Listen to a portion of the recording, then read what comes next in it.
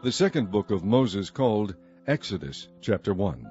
Now these are the names of the children of Israel which came into Egypt. Every man in his household came with Jacob: Reuben, Simeon, Levi, and Judah, Issachar, Zebulun, and Benjamin, Dan, and Naphtali, Gad, and Asher.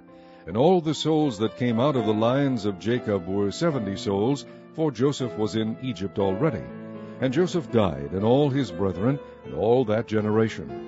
And the children of Israel were fruitful, and increased abundantly, and multiplied, and waxed exceedingly mighty, and the land was filled with them. Now there arose up a new king over Egypt, which knew not Joseph. And he said unto his people, Behold, the people of the children of Israel are more and mightier than we. Come on, let us deal wisely with them, lest they multiply. And it come to pass that, when there falleth out any war, they join also unto our enemies, and fight against us, and so get them up out of the land. Therefore they did set over them taskmasters, to afflict them with their burdens. And they built for Pharaoh treasure cities, Pithom and Ramses.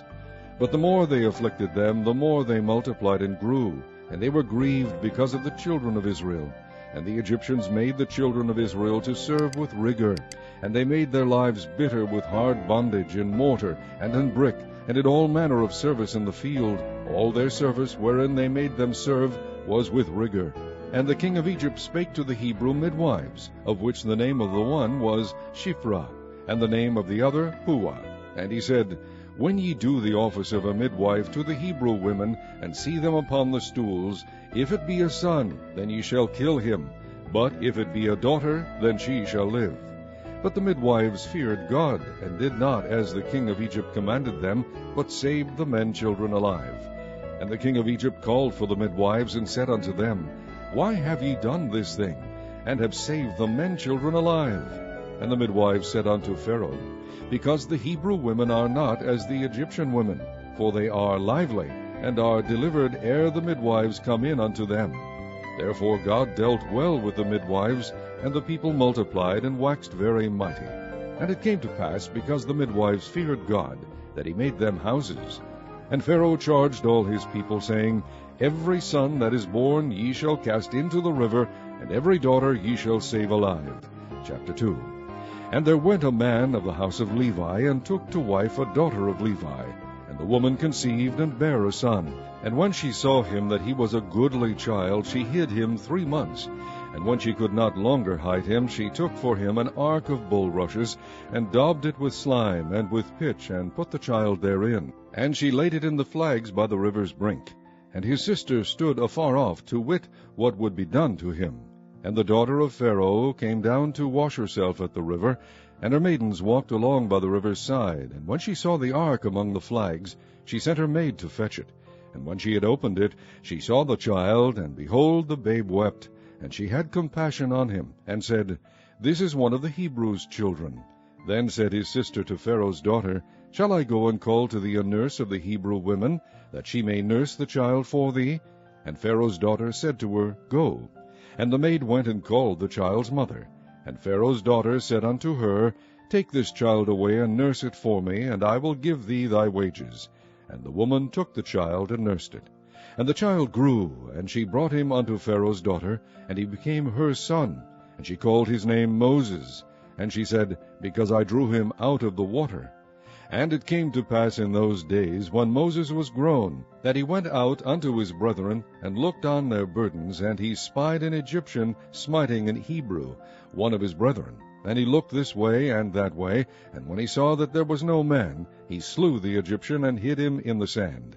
And when he went out the second day, behold, 2 men of the Hebrews strove together. And he said to him that did the wrong, Wherefore smitest thou thy fellow?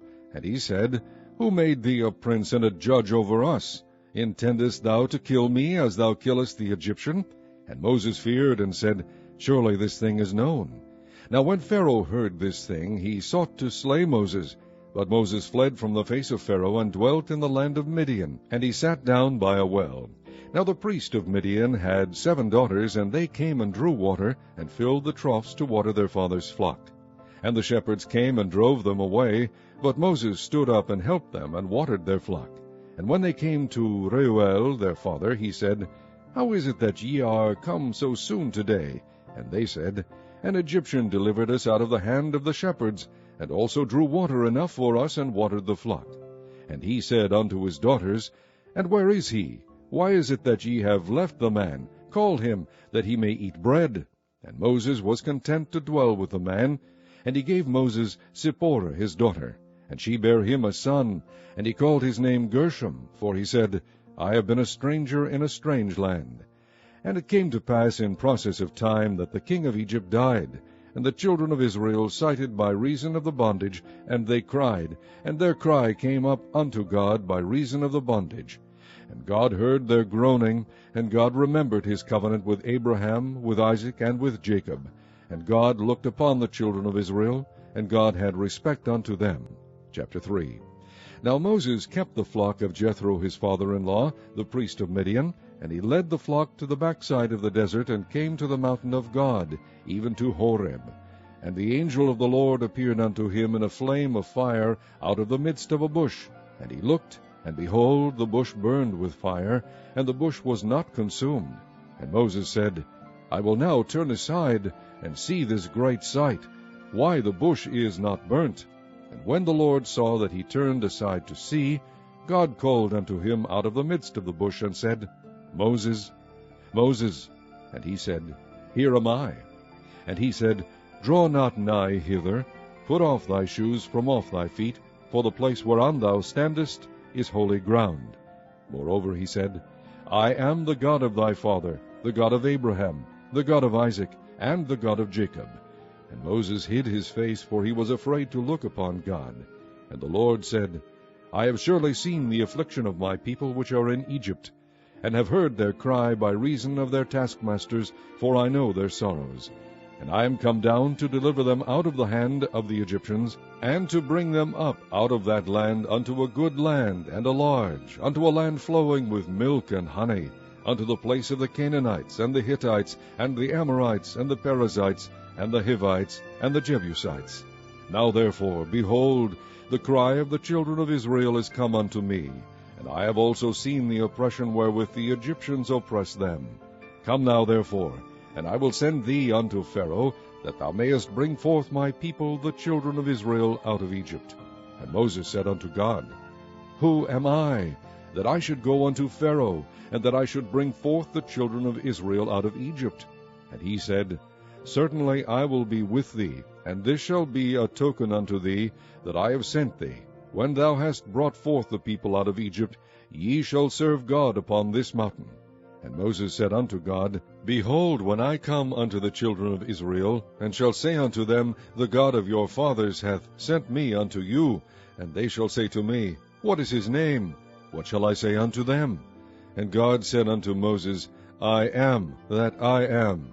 And he said, Thus shalt thou say unto the children of Israel, I am hath sent me unto you. And God said moreover unto Moses, Thus shalt thou say unto the children of Israel, The Lord God of your fathers, the God of Abraham, the God of Isaac, and the God of Jacob, hath sent me unto you. This is my name forever, and this is my memorial unto all generations. Go and gather the elders of Israel together, and say unto them, The Lord God of your fathers, the God of Abraham, of Isaac, and of Jacob, appeared unto me, saying, I have surely visited you, and seen that which is done to you in Egypt. And I have said, I will bring you up out of the affliction of Egypt unto the land of the Canaanites, and the Hittites, and the Amorites, and the Perizzites, and the Hivites, and the Jebusites, unto a land flowing with milk and honey. And they shall hearken to thy voice, and thou shalt come, thou and the elders of Egypt, unto the king of Egypt, and ye shall say unto him, The Lord God of the Hebrews hath met with us. And now let us go, we beseech thee, 3 days' journey into the wilderness, that we may sacrifice to the Lord our God. And I am sure that the king of Egypt will not let you go, no, not by a mighty hand.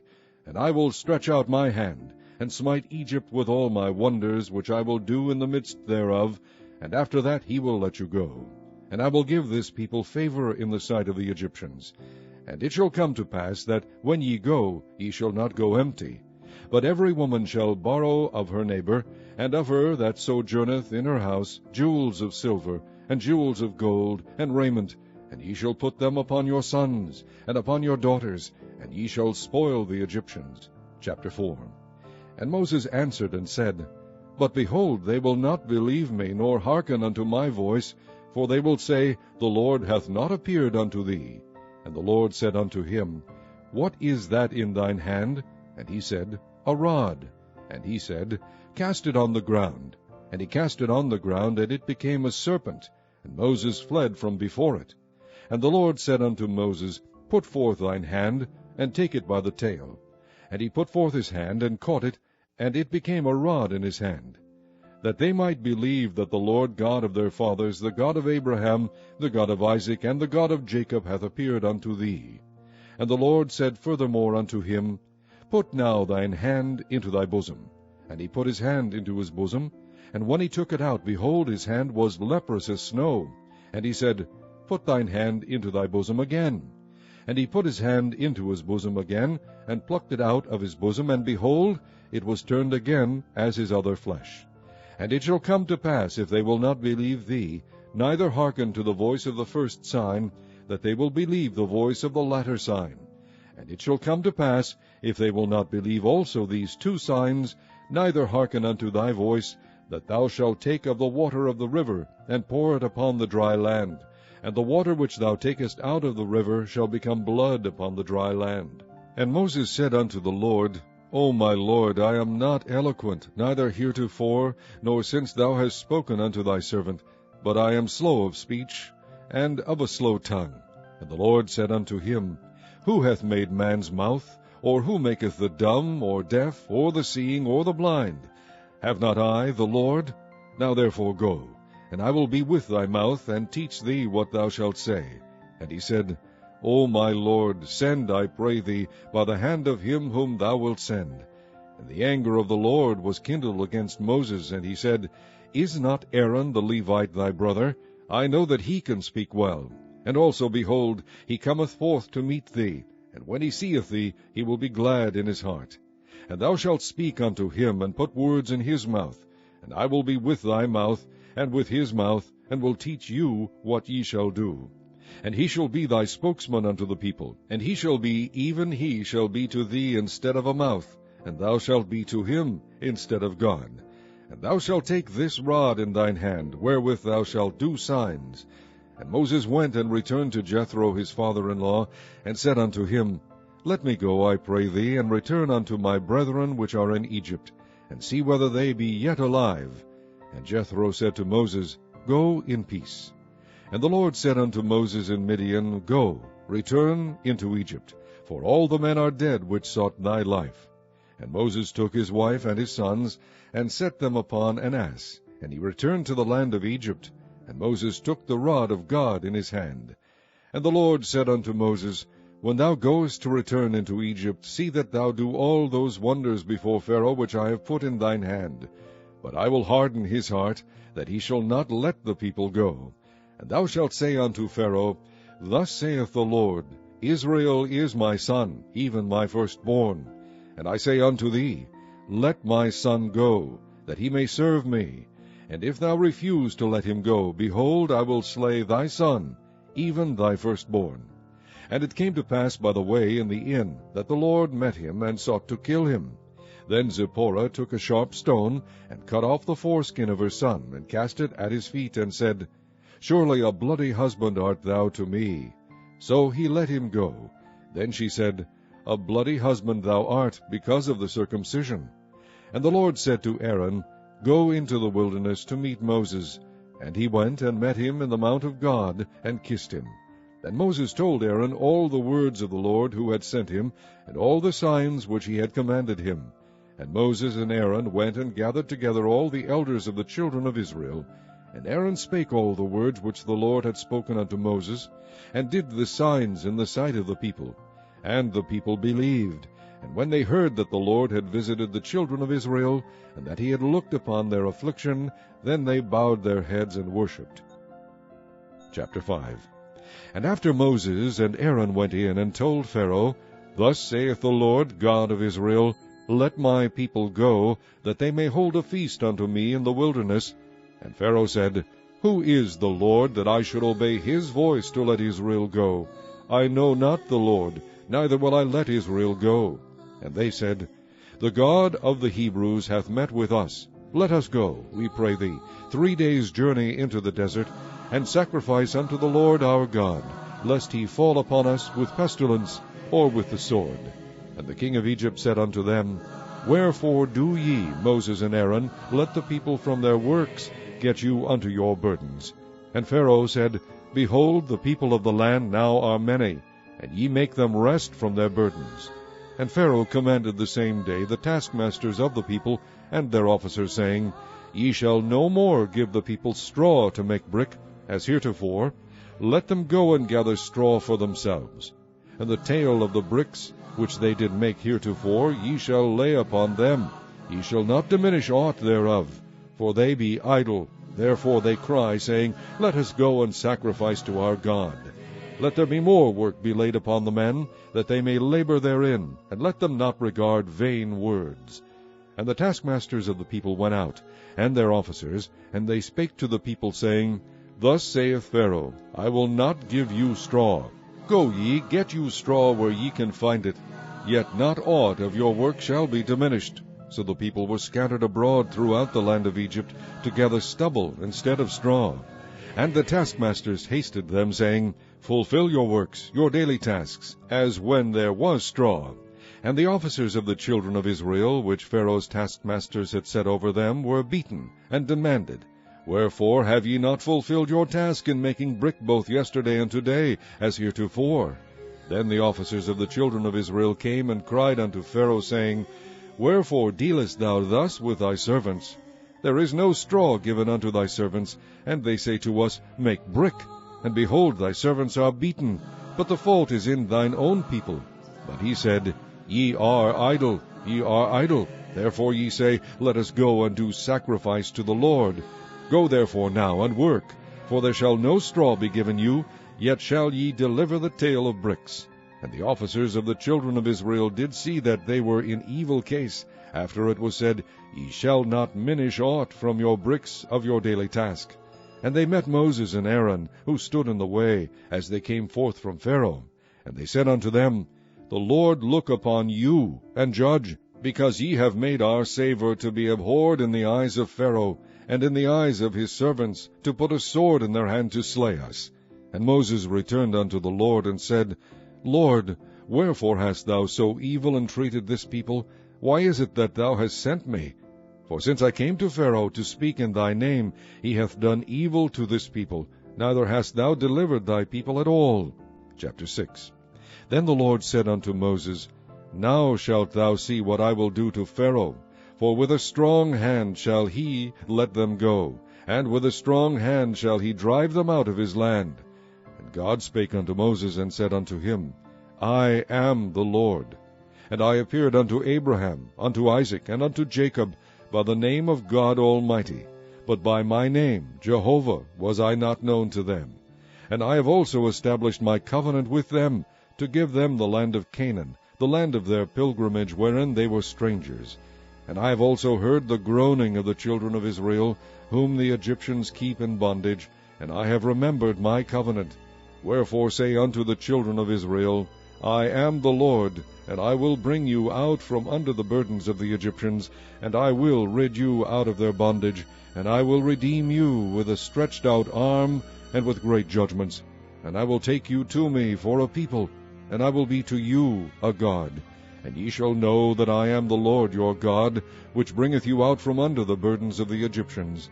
And I will bring you in unto the land, concerning the which I did swear to give it to Abraham, to Isaac, and to Jacob, and I will give it you for an heritage.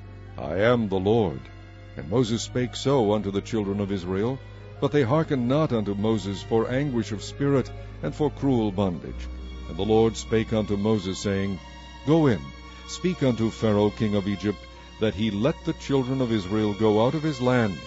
And Moses spake before the Lord, saying, Behold, the children of Israel have not hearkened unto me. How then shall Pharaoh hear me, who am of uncircumcised lips? And the Lord spake unto Moses and unto Aaron, and gave them a charge unto the children of Israel, and unto Pharaoh king of Egypt, to bring the children of Israel out of the land of Egypt. These be the heads of their fathers' houses, the sons of Reuben, the firstborn of Israel, Hanoch, and Palu, Hezron, and Carmi. These be the families of Reuben.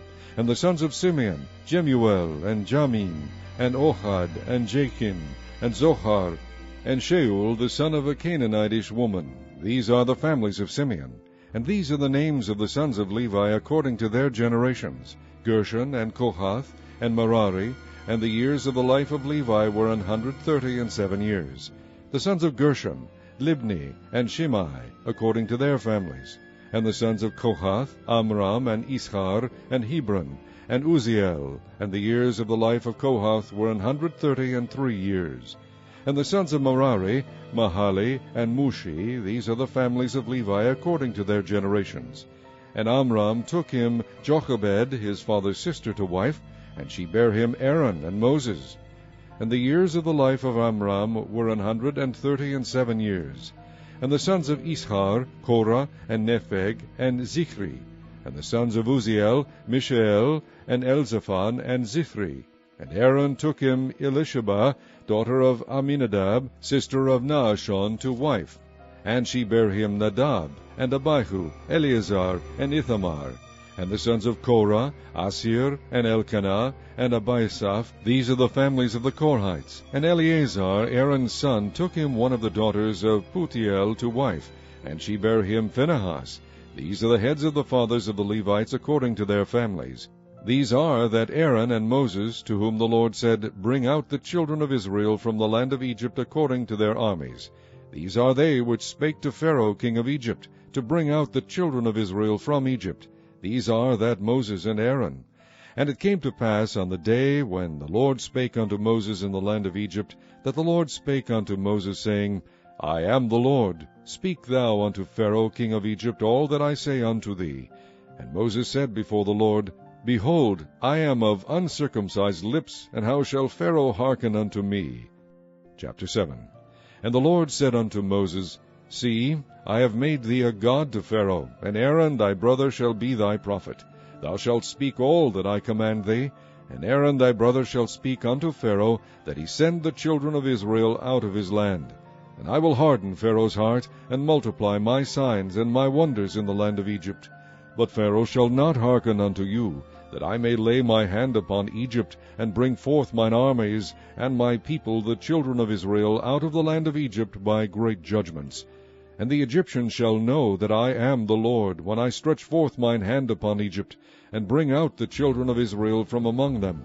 And Moses and Aaron did as the Lord commanded them, so did they. And Moses was 80 years old, and Aaron 83 years old, when they spake unto Pharaoh. And the Lord spake unto Moses and unto Aaron, saying, When Pharaoh shall speak unto you, saying, Shew a miracle for you, then thou shalt say unto Aaron, Take thy rod, and cast it before Pharaoh, and it shall become a serpent. And Moses and Aaron went in unto Pharaoh, and they did so as the Lord had commanded. And Aaron cast down his rod before Pharaoh and before his servants, and it became a serpent. Then Pharaoh also called the wise men and the sorcerers. Now the magicians of Egypt, they also did in like manner with their enchantments. For they cast down every man his rod, and they became serpents. But Aaron's rod swallowed up their rods. And he hardened Pharaoh's heart, that he hearkened not unto them, as the Lord had said. And the Lord said unto Moses, Pharaoh's heart is hardened, he refuseth to let the people go. Get thee unto Pharaoh in the morning. Lo, he goeth out unto the water, and thou shalt stand by the river's brink against he come. And the rod which was turned to a serpent shalt thou take in thine hand. And thou shalt say unto him, The Lord God of the Hebrews hath sent me unto thee, saying, Let my people go, that they may serve me in the wilderness. And behold, hitherto thou wouldest not hear. Thus saith the Lord, In this thou shalt know that I am the Lord. Behold, I will smite with the rod that is in mine hand upon the waters which are in the river, and they shall be turned to blood. And the fish that is in the river shall die, and the river shall stink, and the Egyptians shall loathe to drink of the water of the river. And the Lord spake unto Moses, Say unto Aaron, Take thy rod, and stretch out thine hand upon the waters of Egypt, upon their streams, upon their rivers, and upon their ponds, and upon all their pools of water, that they may become blood, and that there may be blood throughout all the land of Egypt, both in vessels of wood and in vessels of stone. And Moses and Aaron did so, as the Lord commanded, and he lifted up the rod, and smote the waters that were in the river, in the sight of Pharaoh, and in the sight of his servants, and all the waters that were in the river were turned to blood. And the fish that was in the river died, and the river stank, and the Egyptians could not drink of the water of the river, and there was blood throughout all the land of Egypt. And the magicians of Egypt did so with their enchantments. And Pharaoh's heart was hardened, neither did he hearken unto them, as the Lord had said. And Pharaoh turned and went into his house, neither did he set his heart to this also. And all the Egyptians digged round about the river for water to drink, for they could not drink of the water of the river. And 7 days were fulfilled after that the Lord had smitten the river. Chapter 8. And the Lord spake unto Moses, Go unto Pharaoh, and say unto him, Thus saith the Lord, Let my people go, that they may serve me. And if thou refuse to let them go, behold, I will smite all thy borders with frogs, and the river shall bring forth frogs abundantly, which shall go up and come into thine house, and into thy bedchamber, and upon thy bed, and into the house of thy servants, and upon thy people, and into thine ovens, and into thy kneading troughs. And the frogs shall come up both on thee, and upon thy people, and upon all thy servants. And the Lord spake unto Moses, Say unto Aaron, Stretch forth thine hand with thy rod over the streams, over the rivers, and over the ponds, and cause frogs to come upon the land of Egypt. And Aaron stretched out his hand over the waters of Egypt, and the frogs came up, and covered the land of Egypt. And the magicians did so with their enchantments, and brought up frogs upon the land of Egypt. Then Pharaoh called for Moses and Aaron, and said, Entreat the Lord that he may take away the frogs from me, and from my people, and I will let the people go, that they may do sacrifice unto the Lord. And Moses said unto Pharaoh, Glory over me, when shall I entreat for thee, and for thy servants, and for thy people, to destroy the frogs from thee and thy houses, that they may remain in the river only? And he said, Tomorrow. And he said, Be it according to thy word, that thou mayest know that there is none like unto the Lord our God. And the frogs shall depart from thee, and from thy houses, and from thy servants, and from thy people. They shall remain in the river only. And Moses and Aaron went out from Pharaoh, and Moses cried unto the Lord because of the frogs which he had brought against Pharaoh. And the Lord did according to the word of Moses, and the frogs died out of the houses, out of the villages, and out of the fields. And they gathered them together upon heaps, and the land stank. But when Pharaoh saw that there was respite, he hardened his heart, and hearkened not unto them, as the Lord had said.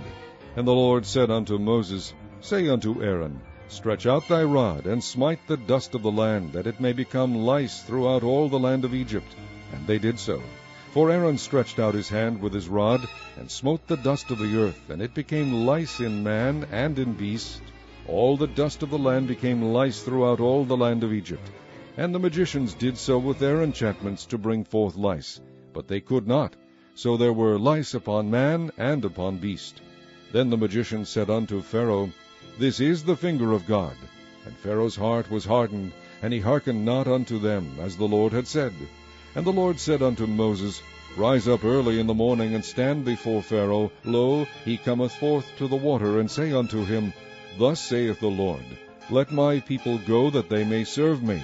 Else if thou wilt not let my people go, behold, I will send swarms of flies upon thee, and upon thy servants, and upon thy people, and into thy houses, and the houses of the Egyptians shall be full of swarms of flies, and also the ground whereon they are. And I will sever in that day the land of Goshen, in which my people dwell, that no swarms of flies shall be there, to the end thou mayest know that I am the Lord in the midst of the earth. And I will put a division between my people and thy people. Tomorrow shall this sign be. And the Lord did so, and there came a grievous swarm of flies into the house of Pharaoh, and into his servants' houses, and into all the land of Egypt. The land was corrupted by reason of the swarm of flies. And Pharaoh called for Moses and for Aaron, and said, Go ye, sacrifice to your God in the land. And Moses said, It is not meet so to do, for we shall sacrifice the abomination of the Egyptians to the Lord our God. Lo, shall we sacrifice the abomination of the Egyptians before their eyes, and will they not stone us? We will go 3 days' journey into the wilderness, and sacrifice to the Lord our God, as he shall command us. And Pharaoh said, I will let you go, that ye may sacrifice to the Lord your God in the wilderness. Only ye shall not go very far away, entreat for me. And Moses said, Behold, I go out from thee, and I will entreat the Lord that the swarms of flies may depart from Pharaoh, from his servants, and from his people tomorrow. But let not Pharaoh deal deceitfully any more in not letting the people go to sacrifice to the Lord. And Moses went out from Pharaoh, and entreated the Lord. And the Lord did according to the word of Moses, and he removed the swarms of flies from Pharaoh, from his servants, and from his people. There remained not one. And Pharaoh hardened his heart at this time also, neither would he let the people go. Chapter 9.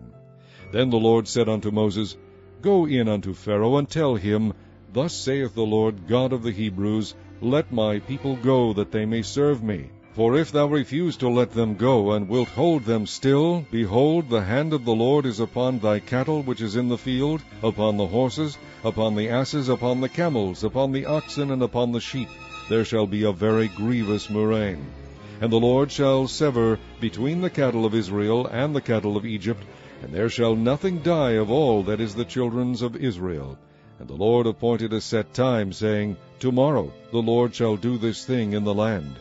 And the Lord did that thing on the morrow, and all the cattle of Egypt died, but of the cattle of the children of Israel died not one.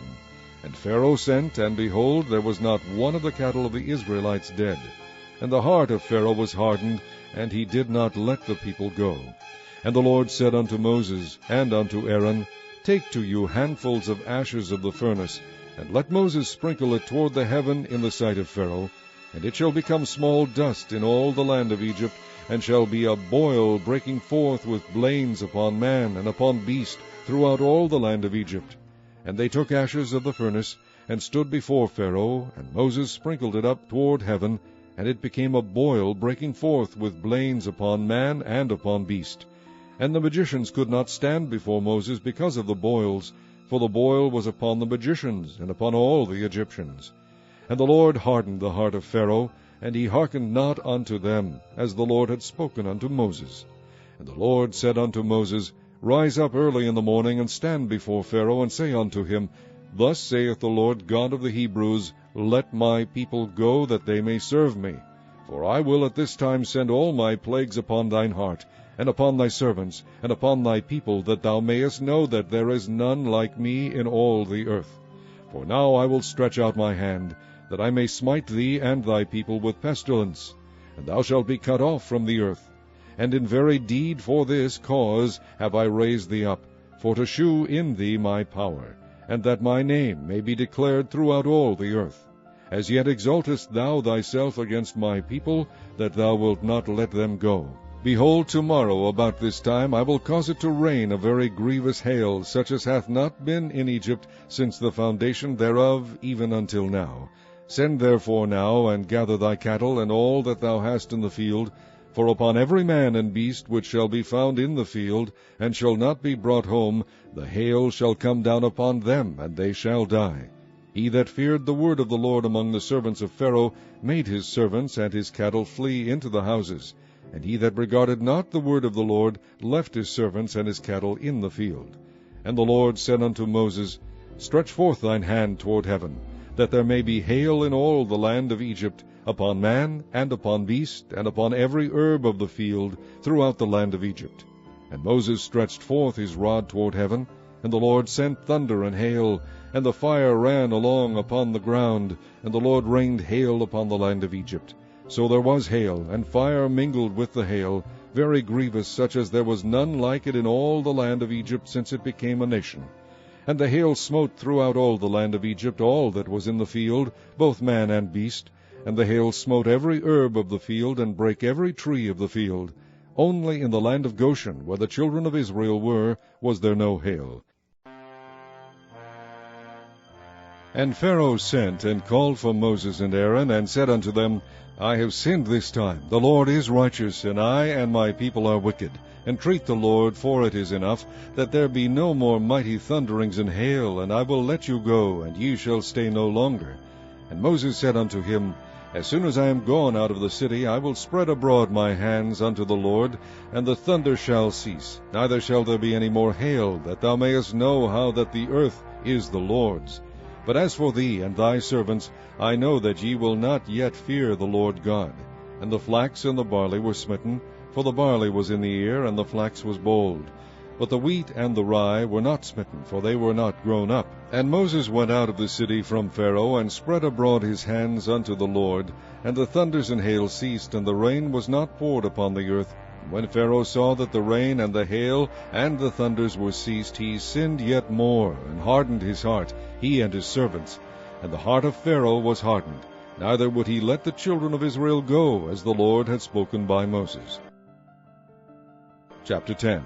And the Lord said unto Moses, Go in unto Pharaoh, for I have hardened his heart, and the heart of his servants, that I might shew these my signs before him, and that thou mayest tell in the ears of thy son and of thy son's sons what things I have wrought in Egypt, and my signs which I have done among them, that ye may know how that I am the Lord.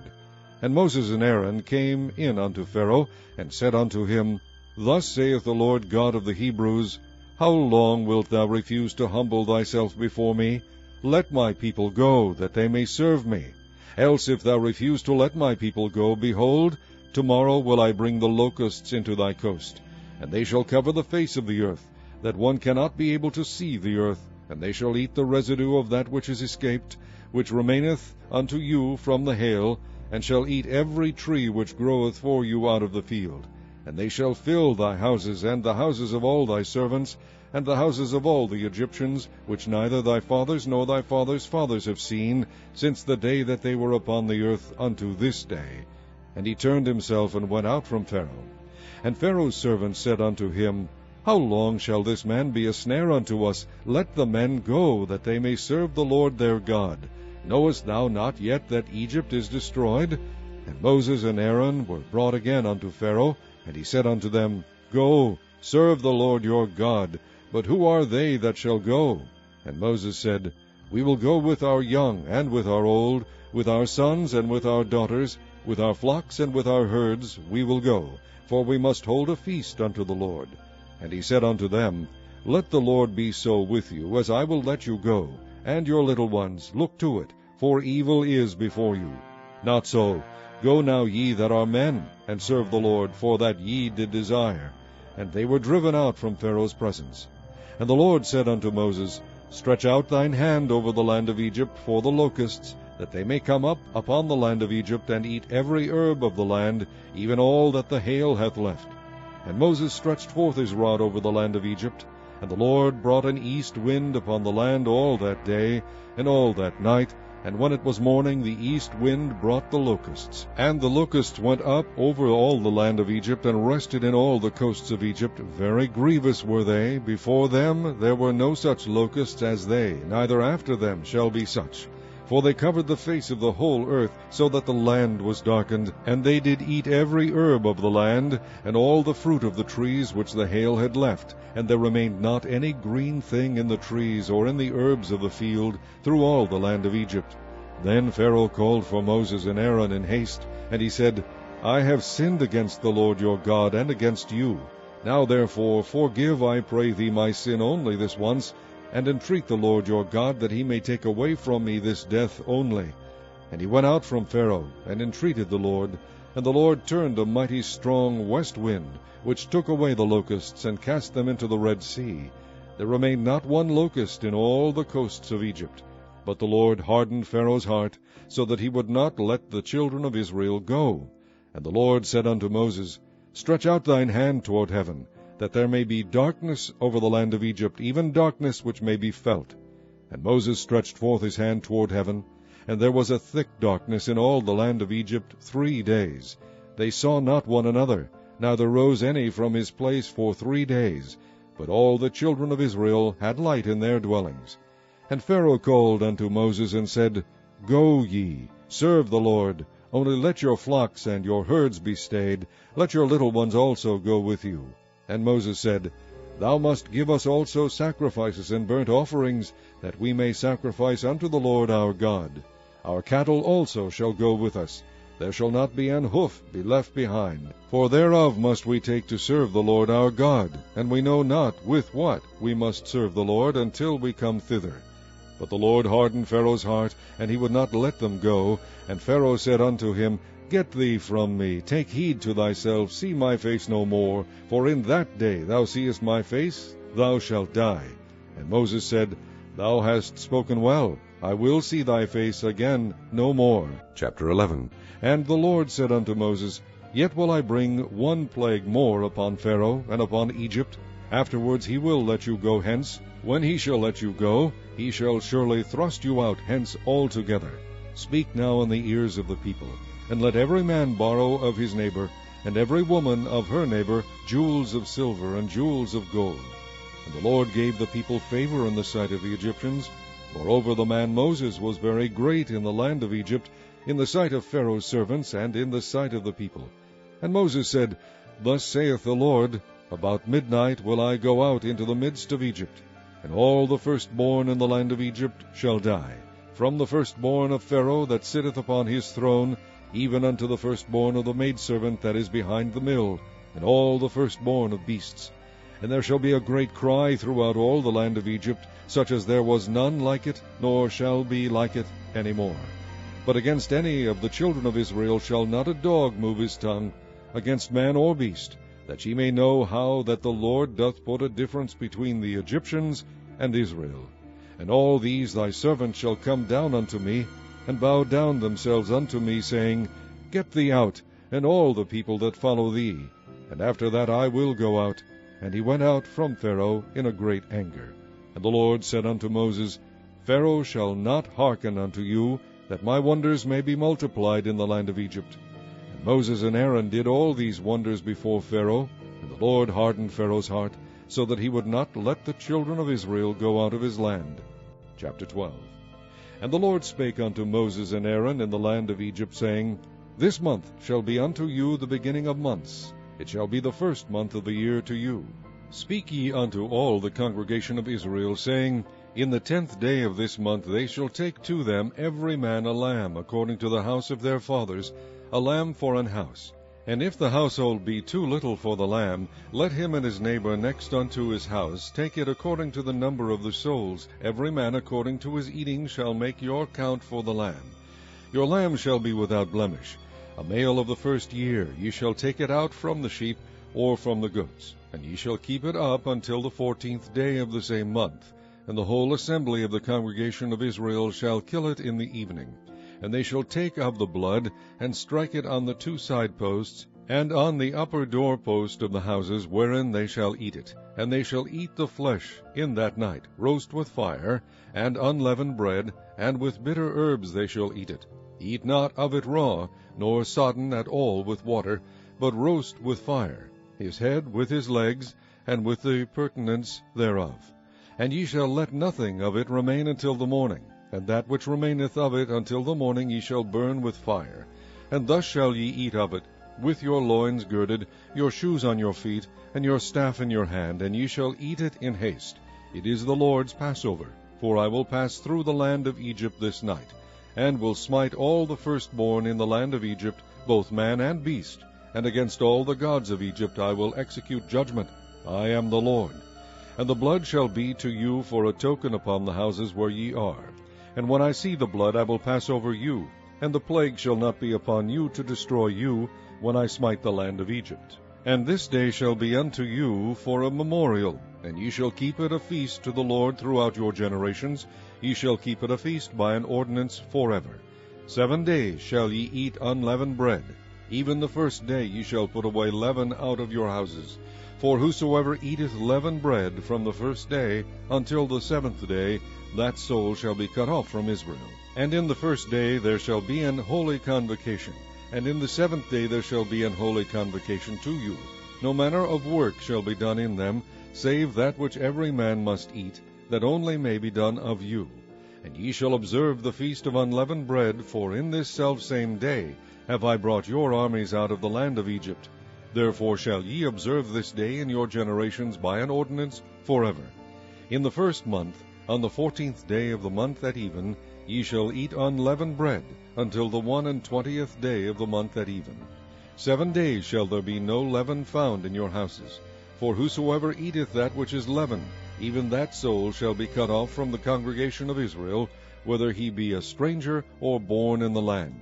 Ye shall eat nothing leavened. In all your habitations shall ye eat unleavened bread. Then Moses called for all the elders of Israel, and said unto them, Draw out, and take you a lamb according to your families, and kill the Passover. And ye shall take a bunch of hyssop, and dip it in the blood that is in the basin, and strike the lintel and the 2 side posts with the blood that is in the basin. And none of you shall go out at the door of his house until the morning. For the Lord will pass through to smite the Egyptians. And when he seeth the blood upon the lintel, and on the 2 side posts, the Lord will pass over the door, and will not suffer the destroyer to come in unto your houses to smite you. And ye shall observe this thing for an ordinance to thee and to thy sons forever. And it shall come to pass, when ye be come to the land which the Lord will give you, according as he hath promised, that ye shall keep this service. And it shall come to pass, when your children shall say unto you, What mean ye by this service? That ye shall say, It is the sacrifice of the Lord's Passover, who passed over the houses of the children of Israel in Egypt, when he smote the Egyptians and delivered our houses. And the people bowed the head and worshipped. And the children of Israel went away and did as the Lord had commanded Moses and Aaron, so did they.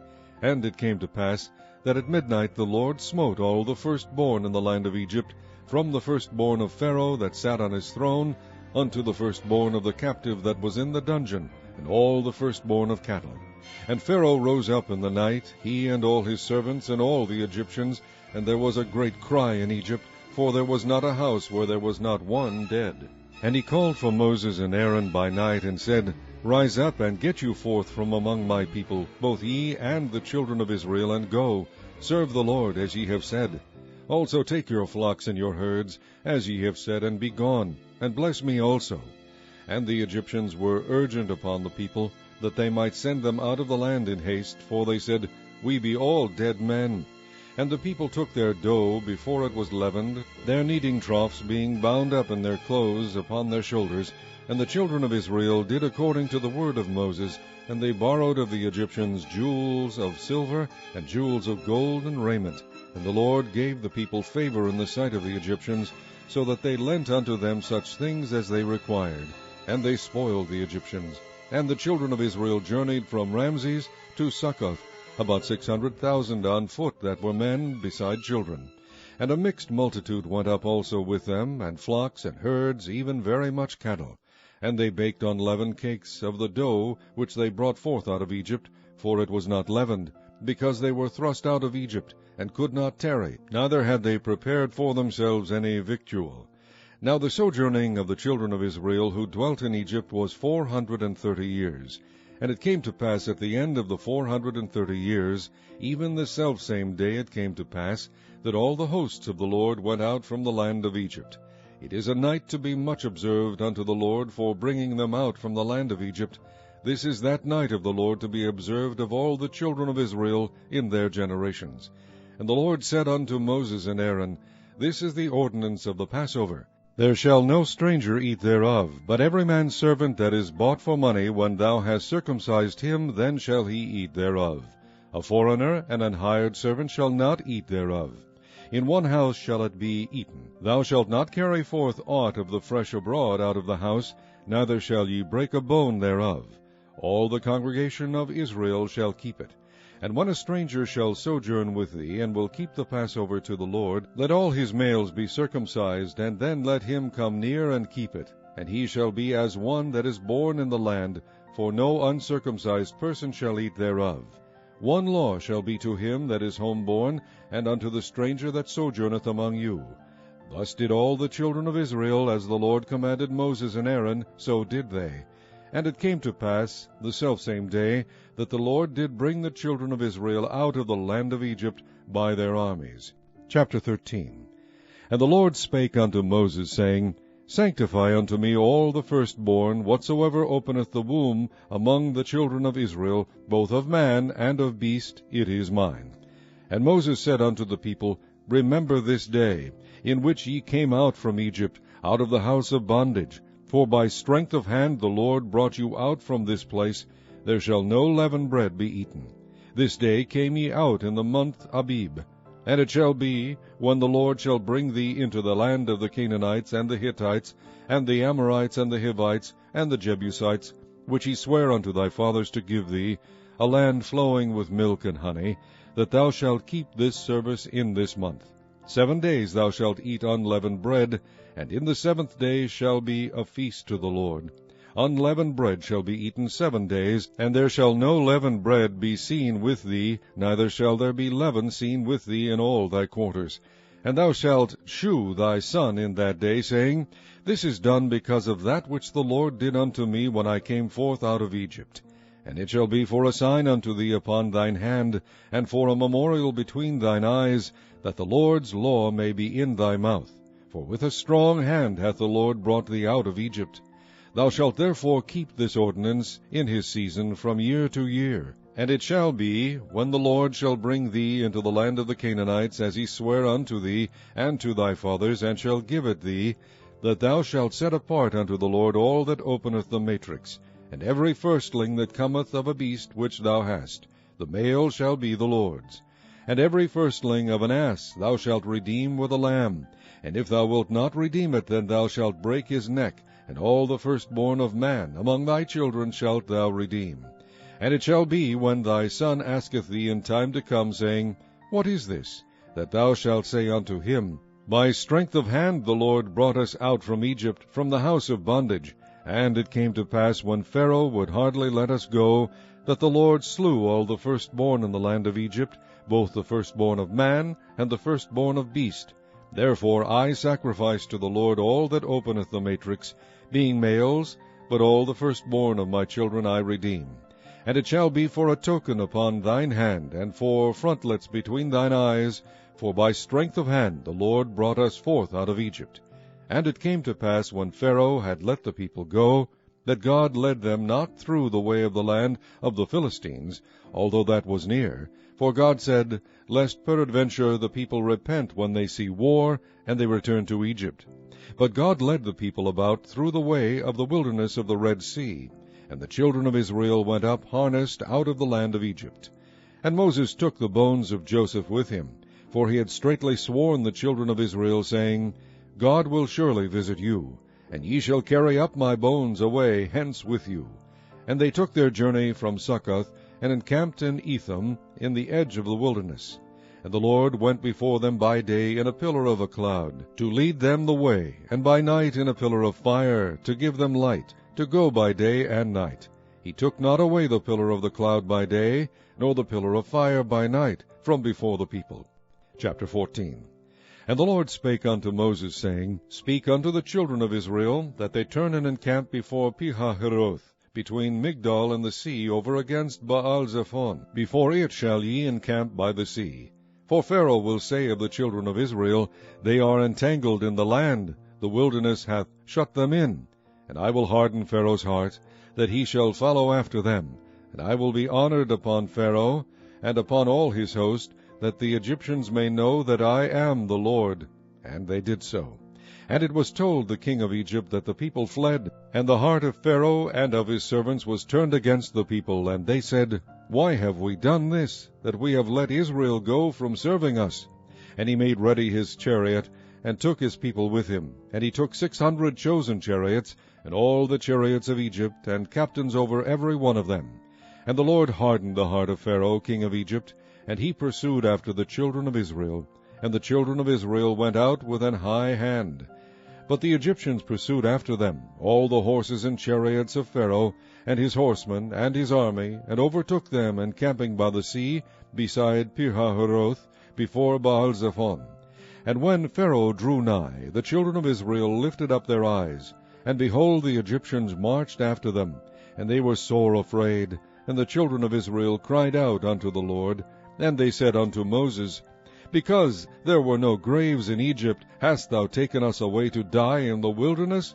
Wherefore hast thou dealt thus with us, to carry us forth out of Egypt? Is not this the word that we did tell thee in Egypt, saying, Let us alone, that we may serve the Egyptians? For it had been better for us to serve the Egyptians, than that we should die in the wilderness. And Moses said unto the people, Fear ye not, stand still, and see the salvation of the Lord, which he will shew to you today. For the Egyptians whom ye have seen today, ye shall see them again no more forever. The Lord shall fight for you, and ye shall hold your peace. And the Lord said unto Moses, Wherefore criest thou unto me? Speak unto the children of Israel, that they go forward. But lift thou up thy rod, and stretch out thine hand over the sea, and divide it. And the children of Israel shall go on dry ground through the midst of the sea. And I, behold, I will harden the hearts of the Egyptians, and they shall follow them. And I will get me honor upon Pharaoh, and upon all his host, upon his chariots, and upon his horsemen. And the Egyptians shall know that I am the Lord, when I have gotten me honor upon Pharaoh, upon his chariots, and upon his horsemen. And the angel of God, which went before the camp of Israel, removed, and went behind them. And the pillar of the cloud went from before their face, and stood behind them. And it came between the camp of the Egyptians and the camp of Israel. And it was a cloud and darkness to them. But it gave light by night to these, so that the one came not near the other all the night. And Moses stretched out his hand over the sea, and the Lord caused the sea to go back by a strong east wind all that night, and made the sea dry land, and the waters were divided. And the children of Israel went into the midst of the sea upon the dry ground, and the waters were a wall unto them on their right hand and on their left. And the Egyptians pursued, and went in after them to the midst of the sea, even all Pharaoh's horses, his chariots, and his horsemen. And it came to pass that in the morning watch the Lord looked unto the host of the Egyptians through the pillar of fire and of the cloud, and troubled the host of the Egyptians, and took off their chariot wheels, that they drave them heavily, so that the Egyptians said, Let us flee from the face of Israel, for the Lord fighteth for them against the Egyptians. And the Lord said unto Moses, Stretch out thine hand over the sea, that the waters may come again upon the Egyptians, upon their chariots, and upon their horsemen. And Moses stretched forth his hand over the sea, and the sea returned to his strength when the morning appeared, and the Egyptians fled against it, and the Lord overthrew the Egyptians in the midst of the sea. And the waters returned, and covered the chariots and the horsemen, and all the host of Pharaoh that came into the sea after them. There remained not so much as one of them. But the children of Israel walked upon dry land in the midst of the sea, and the waters were a wall unto them on their right hand and on their left. Thus the Lord saved Israel that day out of the hand of the Egyptians, and Israel saw the Egyptians dead upon the seashore. And Israel saw that great work which the Lord did upon the Egyptians, and the people feared the Lord, and believed the Lord and his servant Moses. Chapter 15. Then sang Moses and the children of Israel this song unto the Lord, and spake, saying, I will sing unto the Lord, for he hath triumphed gloriously. The horse and his rider hath he thrown into the sea. The Lord is my strength and song, and he is become my salvation. He is my God, and I will prepare him an habitation, my father's God, and I will exalt him. The Lord is a man of war, the Lord is his name. Pharaoh's chariots and his host hath he cast into the sea. His chosen captains also are drowned in the Red Sea. The depths have covered them. They sank into the bottom as a stone. Thy right hand, O Lord, is become glorious in power. Thy right hand, O Lord, hath dashed in pieces the enemy. And in the greatness of thine excellency thou hast overthrown them that rose up against thee. Thou sentest forth thy wrath, which consumed them as stubble. And with the blast of thy nostrils the waters were gathered together. The floods stood upright as an heap, and the depths were congealed in the heart of the sea. The enemy said, I will pursue, I will overtake, I will divide the spoil. My lust shall be satisfied upon them. I will draw my sword, my hand shall destroy them. Thou didst blow with thy wind, the sea covered them. They sank as lead in the mighty waters. Who is like unto thee, O Lord, among the gods? Who is like thee, glorious in holiness, fearful in praises, doing wonders? Thou stretched out thy right hand, the earth swallowed them. Thou in thy mercy hast led forth the people which thou hast redeemed. Thou hast guided them in thy strength unto thy holy habitation. The people shall hear, and be afraid. Sorrow shall take hold on the inhabitants of Palestina. Then the dukes of Edom shall be amazed. The mighty men of Moab, trembling, shall take hold upon them. All the inhabitants of Canaan shall melt away. Fear and dread shall fall upon them. By the greatness of thine arm they shall be as still as a stone, till thy people pass over, O Lord, till the people pass over which thou hast purchased. Thou shalt bring them in, and plant them in the mountain of thine inheritance, in the place, O Lord, which thou hast made for thee to dwell in the sanctuary, O Lord, which thy hands have established. The Lord shall reign forever and ever. For the horse of Pharaoh went in with his chariots and with his horsemen into the sea, and the Lord brought again the waters of the sea upon them. But the children of Israel went on dry land in the midst of the sea. And Miriam the prophetess, the sister of Aaron, took a timbrel in her hand, and all the women went out after her with timbrels and with dances.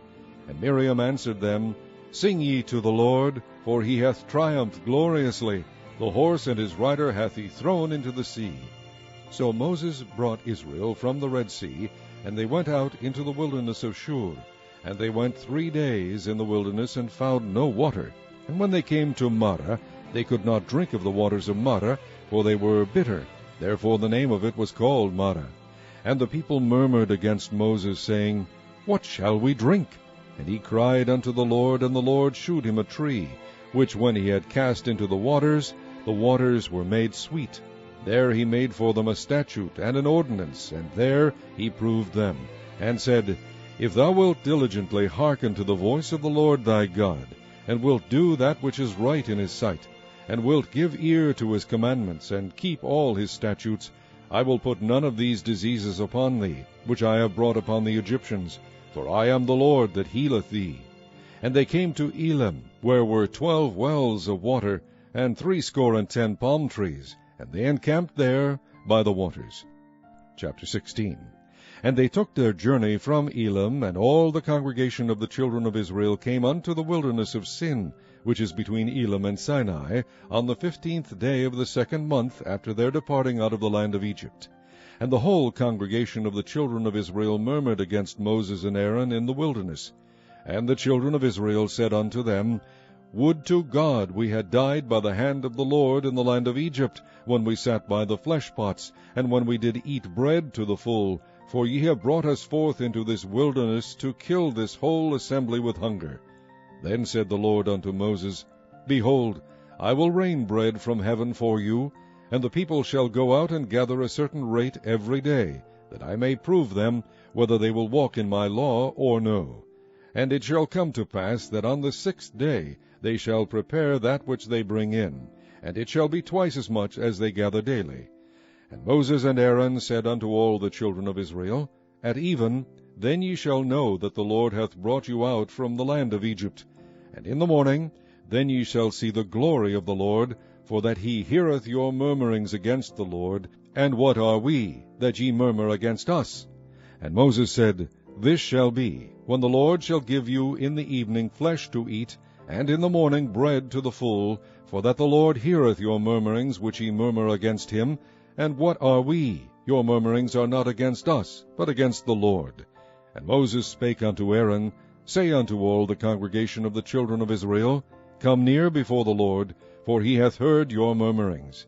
And it came to pass, as Aaron spake unto the whole congregation of the children of Israel, that they looked toward the wilderness, and behold, the glory of the Lord appeared in the cloud. And the Lord spake unto Moses, saying, I have heard the murmurings of the children of Israel. Speak unto them, saying, At even ye shall eat flesh, and in the morning ye shall be filled with bread, and ye shall know that I am the Lord your God. And it came to pass that at even the quails came up, and covered the camp, and in the morning the dew lay around about the host. And when the dew that lay was gone up, behold, upon the face of the wilderness there lay a small round thing, as small as the hoarfrost on the ground. And when the children of Israel saw it, they said one to another, It is manna, for they wist not what it was. And Moses said unto them, This is the bread which the Lord hath given you to eat. This is the thing which the Lord hath commanded. Gather of it every man according to his eating, an omer for every man, according to the number of your persons. Take ye every man for them which are in his tents. And the children of Israel did so, and gathered, some more, some less.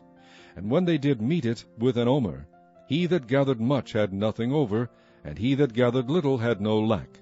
They gathered every man according to his eating. And Moses said, Let no man leave of it till the morning. Notwithstanding they hearkened not unto Moses, but some of them left of it until the morning, and it bred worms and stank, and Moses was wroth with them. And they gathered it every morning, every man according to his eating, and when the sun waxed hot it melted. And it came to pass that on the 6th day they gathered twice as much bread, 2 omers for one man. And all the rulers of the congregation came and told Moses. And he said unto them, This is that which the Lord hath said, Tomorrow is the rest of the holy Sabbath unto the Lord. Bake that which ye will bake today, and seethe that ye will seethe, and that which remaineth over lay up for you to be kept until the morning. And they laid it up till the morning, as Moses bade, and it did not stink, neither was there any worm therein. And Moses said, Eat that today, for today is a Sabbath unto the Lord. Today ye shall not find it in the field. 6 days ye shall gather it, but on the 7th day, which is the Sabbath, in it there shall be none. And it came to pass that there went out some of the people on the 7th day for to gather, and they found none.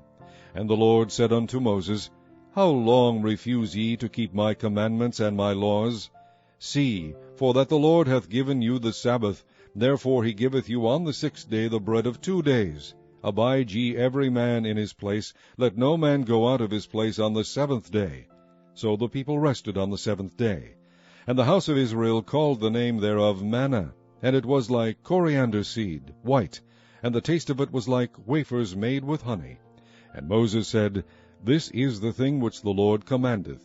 Fill an omer of it to be kept for your generations, that they may see the bread wherewith I have fed you in the wilderness, when I brought you forth from the land of Egypt.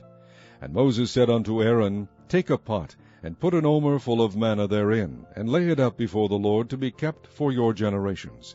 As the Lord commanded Moses, so Aaron laid it up before the testimony to be kept. And the children of Israel did eat manna 40 years, until they came to a land inhabited. They did eat manna until they came unto the borders of the land of Canaan. Now an omer is the 10th part of an ephah. Chapter 17. And all the congregation of the children of Israel journeyed from the wilderness of Sin after their journeys, according to the commandment of the Lord, and pitched in Rephidim, and there was no water for the people to drink. Wherefore the people did chide with Moses, and said, Give us water that we may drink. And Moses said unto them, Why chide ye with me? Wherefore do ye tempt the Lord? And the people thirsted there for water. And the people murmured against Moses, and said, Wherefore is this that thou hast brought us up out of Egypt, to kill us and our children and our cattle with thirst? And Moses cried unto the Lord, saying, What shall I do unto this people? They be almost ready to stone me. And the Lord said unto Moses, Go on before the people, and take with thee of the elders of Israel, and thy rod wherewith thou smotest the river, take in thine hand, and go. Behold, I will stand before thee there upon the rock in Horeb, and thou shalt smite the rock, and there shall come water out of it, that the people may drink. And Moses did so in the sight of the elders of Israel. And he called the name of the place Massah and Meribah, because of the chiding of the children of Israel, and because they tempted the Lord, saying, Is the Lord among us or not? Then came Amalek, and fought with Israel in Rephidim.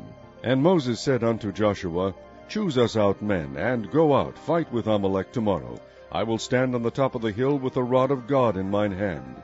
So Joshua did as Moses had said to him, and fought with Amalek, and Moses, Aaron, and Hur went up to the top of the hill. And it came to pass, when Moses held up his hand, that Israel prevailed, and when he let down his hand, Amalek prevailed.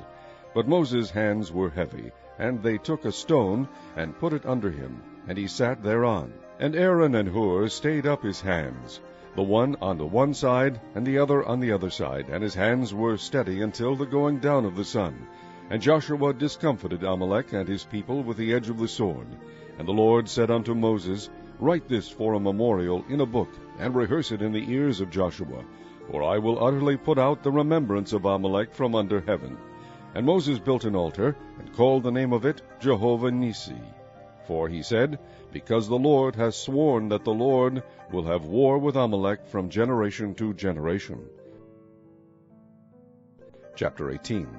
When Jethro, the priest of Midian, Moses' father-in-law, heard of all that God had done for Moses and for Israel his people, and that the Lord had brought Israel out of Egypt, then Jethro, Moses' father-in-law, took up Zipporah, Moses' wife, after he had sent her back, and her 2 sons, of which the name of the one was Gershom, for he said, I have been an alien in a strange land. And the same of the other was Eleazar, for the God of my father, said he, was mine help, and delivered me from the sword of Pharaoh. And Jethro, Moses' father-in-law, came with his sons and his wife unto Moses into the wilderness, where he encamped at the mount of God. And he said unto Moses, I, thy father-in-law Jethro, am come unto thee, and thy wife, and her 2 sons with her. And Moses went out to meet his father-in-law, and did obeisance, and kissed him, and they asked each other of their welfare, and they came into the tent. And Moses told his father-in-law all that the Lord had done unto Pharaoh and to the Egyptians for Israel's sake, and all the travail that had come upon them by the way, and how the Lord delivered them. And Jethro rejoiced for all the goodness which the Lord had done to Israel, whom he had delivered out of the hand of the Egyptians. And Jethro said, Blessed be the Lord, who hath delivered you out of the hand of the Egyptians, and out of the hand of Pharaoh, who hath delivered the people from under the hand of the Egyptians. Now I know that the Lord is greater than all gods, for in the thing wherein they dealt proudly he was above them. And Jethro, Moses' father-in-law, took a burnt offering and sacrifices for God, and Aaron came, and all the elders of Israel, to eat bread with Moses' father-in-law before God. And it came to pass on the morrow that Moses sat to judge the people, and the people stood by Moses from the morning unto the evening. And when Moses' father-in-law saw all that he did to the people, he said, What is this thing that thou doest to the people? Why sittest thou thyself alone, and all the people stand by thee from morning unto even? And Moses said unto his father-in-law, Because the people come unto me to inquire of God. When they have a matter, they come unto me, and I judge between one and another, and I do make them know the statutes of God and his laws. And Moses' father-in-law said unto him, The thing that thou doest is not good. Thou wilt surely wear away, both thou and this people that is with thee, for this thing is too heavy for thee. Thou art not able to perform it thyself alone. Hearken now unto my voice. I will give thee counsel, and God shall be with thee. Be thou for the people to Godward, that thou mayest bring the causes unto God. And thou shalt teach them ordinances and laws, and shalt shew them the way wherein they must walk, and the work that they must do. Moreover, thou shalt provide out of all the people able men, such as fear God, men of truth, hating covetousness, and place such over them, to be rulers of thousands, and rulers of hundreds, rulers of 50s, and rulers of 10s. And let them judge the people at all seasons. And it shall be that every great matter they shall bring unto thee, but every small matter they shall judge. So shall it be easier for thyself, and they shall bear the burden with thee. If thou shalt do this thing, and God command thee so, then thou shalt be able to endure, and all this people shall also go to their place in peace.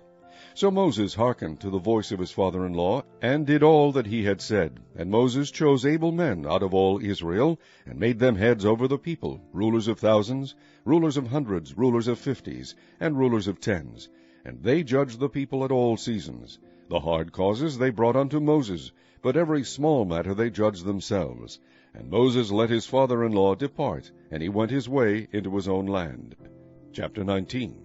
In the 3rd month, when the children of Israel were gone forth out of the land of Egypt, the same day came they into the wilderness of Sinai. For they were departed from Rephidim, and were come to the desert of Sinai, and had pitched in the wilderness. And there Israel camped before the mount. And Moses went up unto God, and the Lord called unto him out of the mountain, saying, Thus shalt thou say to the house of Jacob, and tell the children of Israel, Ye have seen what I did unto the Egyptians, and how I bare you on eagle's wings, and brought you unto myself. Now therefore, if ye will obey my voice indeed, and keep my covenant, then ye shall be a peculiar treasure unto me above all people, for all the earth is mine. And ye shall be unto me a kingdom of priests, and an holy nation. These are the words which thou shalt speak unto the children of Israel.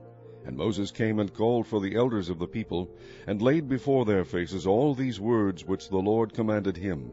And all the people answered together and said, All that the Lord hath spoken we will do.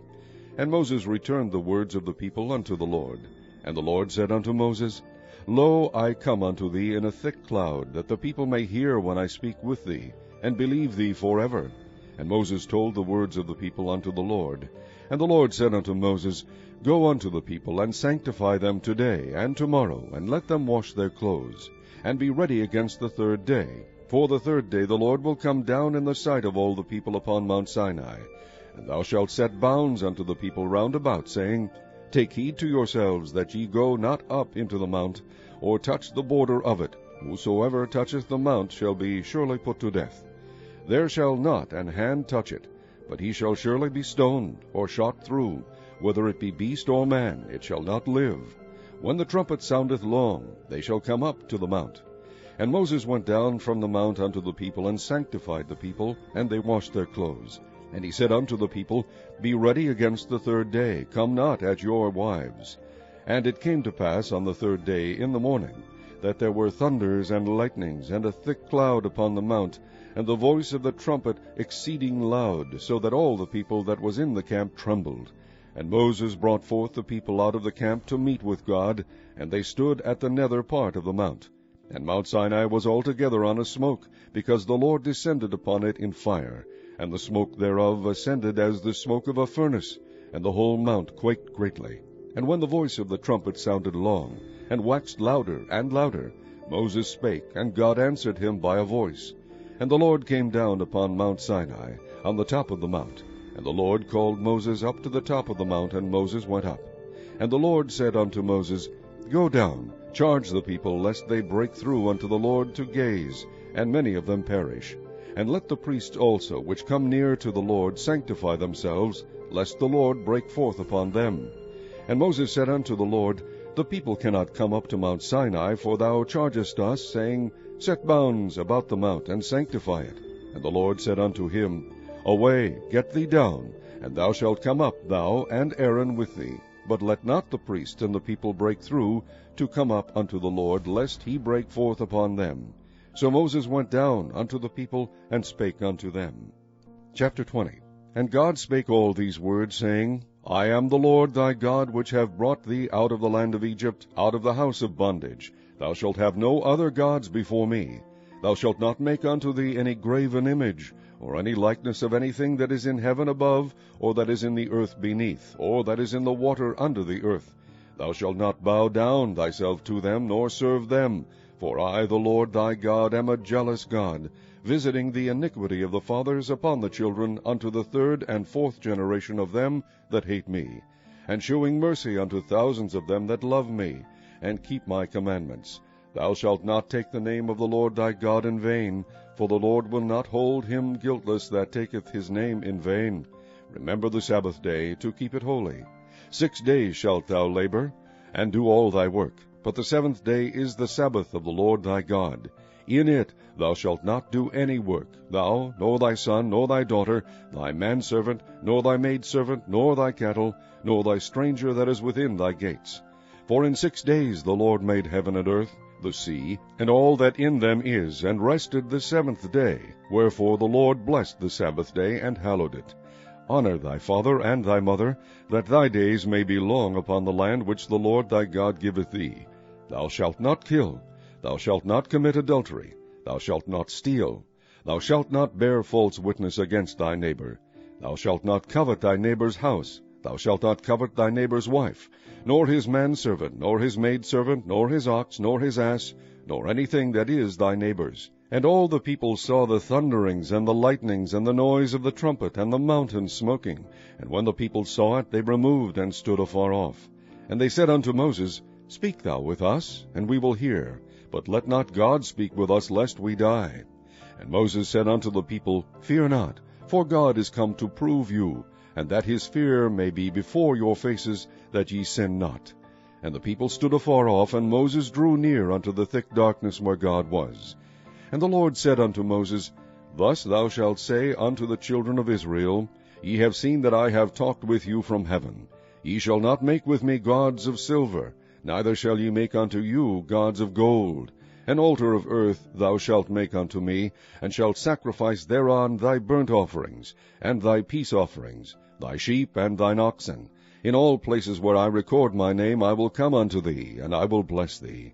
And if thou wilt make me an altar of stone, thou shalt not build it of hewn stone, for if thou lift up thy tool upon it, thou hast polluted it. Neither shalt thou go up by steps unto mine altar, that thy nakedness be not discovered thereon. Chapter 21. Now these are the judgments which thou shalt set before them. If thou buy an Hebrew servant, 6 years he shall serve, and in the 7th he shall go out free for nothing. If he came in by himself, he shall go out by himself. If he were married, then his wife shall go out with him. If his master have given him a wife, and she have borne him sons or daughters, the wife and her children shall be her master's, and he shall go out by himself. And if the servant shall plainly say, I love my master, my wife, and my children, I will not go out free, then his master shall bring him unto the judges. He shall also bring him to the door, or unto the door post, and his master shall bore his ear through with an awl, and he shall serve him forever. And if a man sell his daughter to be a maidservant, she shall not go out, as the menservants do. If she please not her master, who hath betrothed her to himself, then shall he let her be redeemed. To sell her unto a strange nation he shall have no power, seeing he hath dealt deceitfully with her. And if he have betrothed her unto his son, he shall deal with her after the manner of daughters. If he take him another wife, her food, her raiment, and her duty of marriage shall be not diminished. And if he do not these 3 unto her, then shall she go out free without money. He that smiteth a man so that he die shall be surely put to death. And if a man lie not in wait, but God deliver him into his hand, then I will appoint thee a place whither he shall flee. But if a man come presumptuously upon his neighbor to slay him with guile, thou shalt take him from mine altar, that he may die. And he that smiteth his father or his mother shall be surely put to death. And he that stealeth a man and selleth him, or if he be found in his hand, he shall surely be put to death. And he that curseth his father or his mother shall surely be put to death. And if men strive together, and one smite another with a stone or with his fist, and he die not, but keepeth his bed, if he rise again and walk abroad upon his staff, then shall he that smote him be quit. Only he shall pay for the loss of his time, and shall cause him to be thoroughly healed. And if a man smite his servant or his maid with a rod, and he die under his hand, he shall be surely punished. Notwithstanding, if he continue a day or 2, he shall not be punished, for he is his money. If men strive and hurt a woman with child, so that her fruit depart from her, and yet no mischief follow, he shall be surely punished, according as the woman's husband will lay upon him, and he shall pay as the judges determine. And if any mischief follow, then thou shalt give life for life, eye for eye, tooth for tooth, hand for hand, foot for foot, burning for burning, wound for wound, stripe for stripe. And if a man smite the eye of his servant or the eye of his maid, that it perish, he shall let him go free for his eye's sake. And if he smite out his manservant's tooth or his maidservant's tooth, he shall let him go free for his tooth's sake. If an ox gore a man or a woman, that they die, then the ox shall be surely stoned, and his flesh shall not be eaten, but the owner of the ox shall be quit.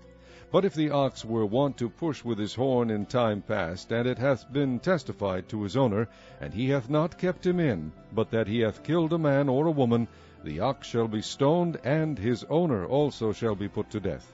If there be laid on him a sum of money, then he shall give for the ransom of his life whatsoever is laid upon him, whether he have gored a son or have gored a daughter. According to this judgment shall it be done unto him. If the ox shall push a manservant or a maidservant, he shall give unto their master 30 shekels of silver, and the ox shall be stoned. And if a man shall open a pit, or if a man shall dig a pit, and not cover it, and an ox or an ass fall therein, the owner of the pit shall make it good, and give money unto the owner of them, and the dead beast shall be his. And if one man's ox hurt another's, that he die, then they shall sell the live ox, and divide the money of it, and the dead ox also they shall divide. or if it be known that the ox hath used to push in time past, and his owner hath not kept him in, he shall surely pay ox for ox, and the dead shall be his own. Chapter 22. If a man shall steal an ox or a sheep, and kill it, or sell it, he shall restore 5 oxen for an ox, and 4 sheep for a sheep. If a thief be found breaking up, and be smitten that he die, there shall no blood be shed for him.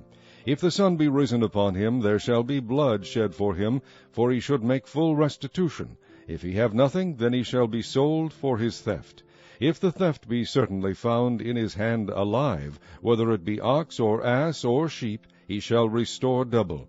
If a man shall cause a field or vineyard to be eaten, and shall put in his beast, and shall feed in another man's field, of the best of his own field, and of the best of his own vineyard shall he make restitution. If fire break out and catch in thorns, so that the stacks of corn, or the standing corn, or the field, be consumed therewith, he that kindled the fire shall surely make restitution. If a man shall deliver unto his neighbor money or stuff to keep, and it be stolen out of the man's house, if the thief be found, let him pay double. If the thief be not found, then the master of the house shall be brought unto the judges, to see whether he have put his hand unto his neighbor's goods. For all manner of trespass, whether it be for ox, for ass, for sheep, for raiment, or for any manner of lost thing, which another challengeth to be his, the cause of both parties shall come before the judges, and whom the judges shall condemn, he shall pay double unto his neighbor.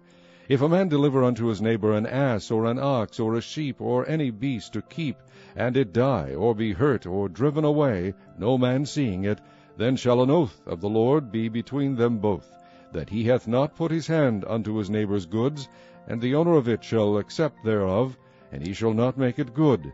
And if it be stolen from him, he shall make restitution unto the owner thereof. If it be torn in pieces, then let him bring it for witness, and he shall not make good that which was torn. And if a man borrow aught of his neighbor, and it be hurt, or die, the owner thereof being not with it, he shall surely make it good. But if the owner thereof be with it, he shall not make it good, if it be an hired thing, it came for his hire. And if a man entice a maid that is not betrothed, and lie with her, he shall surely endow her to be his wife. And if her father utterly refuse to give her unto him, he shall pay money according to the dowry of virgins. Thou shalt not suffer a witch to live. Whosoever lieth with a beast shall surely be put to death. He that sacrificeth unto any god, save unto the Lord only, he shall be utterly destroyed. Thou shalt neither vex a stranger, nor oppress him, for ye were strangers in the land of Egypt. Ye shall not afflict any widow or fatherless child. If thou afflict them in any wise, and they cry at all unto me, I will surely hear their cry, and my wrath shall wax hot. And I will kill you with the sword, and your wives shall be widows, and your children fatherless. If thou lend money to any of my people that is poor by thee, thou shalt not be to him as an usurer, neither shalt thou lay upon him usury. If thou at all take thy neighbor's raiment to pledge, thou shalt deliver it unto him by that the sun goeth down.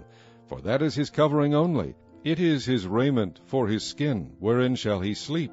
And it shall come to pass, when he crieth unto me, that I will hear, for I am gracious. Thou shalt not revile the gods, nor curse the ruler of thy people.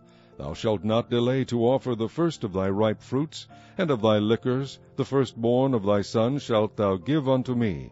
Likewise shalt thou do with thine oxen, and with thy sheep. 7 days it shall be with his dam. On the 8th day thou shalt give it me, and ye shall be holy men unto me, neither shall ye eat any flesh that is torn of beasts in the field. Ye shall cast it to the dogs. Chapter 23. Thou shalt not raise a false report. Put not thine hand with the wicked to be an unrighteous witness. Thou shalt not follow a multitude to do evil, neither shalt thou speak in a cause to decline after many to wrest judgment. Neither shalt thou countenance a poor man in his cause. If thou meet thine enemy's ox or his ass going astray, thou shalt surely bring it back to him again. If thou see the ass of him that hateth thee lying under his burden, and wouldest forbear to help him, thou shalt surely help with him. Thou shalt not wrest the judgment of thy poor in his cause. Keep thee far from a false matter, and the innocent and righteous slay thou not, for I will not justify the wicked. And thou shalt take no gift, for the gift blindeth the wise, and perverteth the words of the righteous. Also thou shalt not oppress a stranger, for ye know the heart of a stranger, seeing ye were strangers in the land of Egypt. And 6 years thou shalt sow thy land, and shalt gather in the fruits thereof. But the 7th year thou shalt let it rest, and lie still, that the poor of thy people may eat, and what they leave the beasts of the field shall eat. In like manner thou shalt deal with thy vineyard, and with thy olive yard. 6 days thou shalt do thy work, and on the 7th day thou shalt rest, that thine ox and thine ass may rest, and the son of thy handmaid, and the stranger may be refreshed. And in all things that I have said unto you be circumspect, and make no mention of the name of other gods, neither let it be heard out of thy mouth. 3 times thou shalt keep a feast unto me in the year. Thou shalt keep the feast of unleavened bread. Thou shalt eat unleavened bread 7 days, as I commanded thee, in the time appointed of the month Abib. For in it thou camest out from Egypt, and none shall appear before me empty.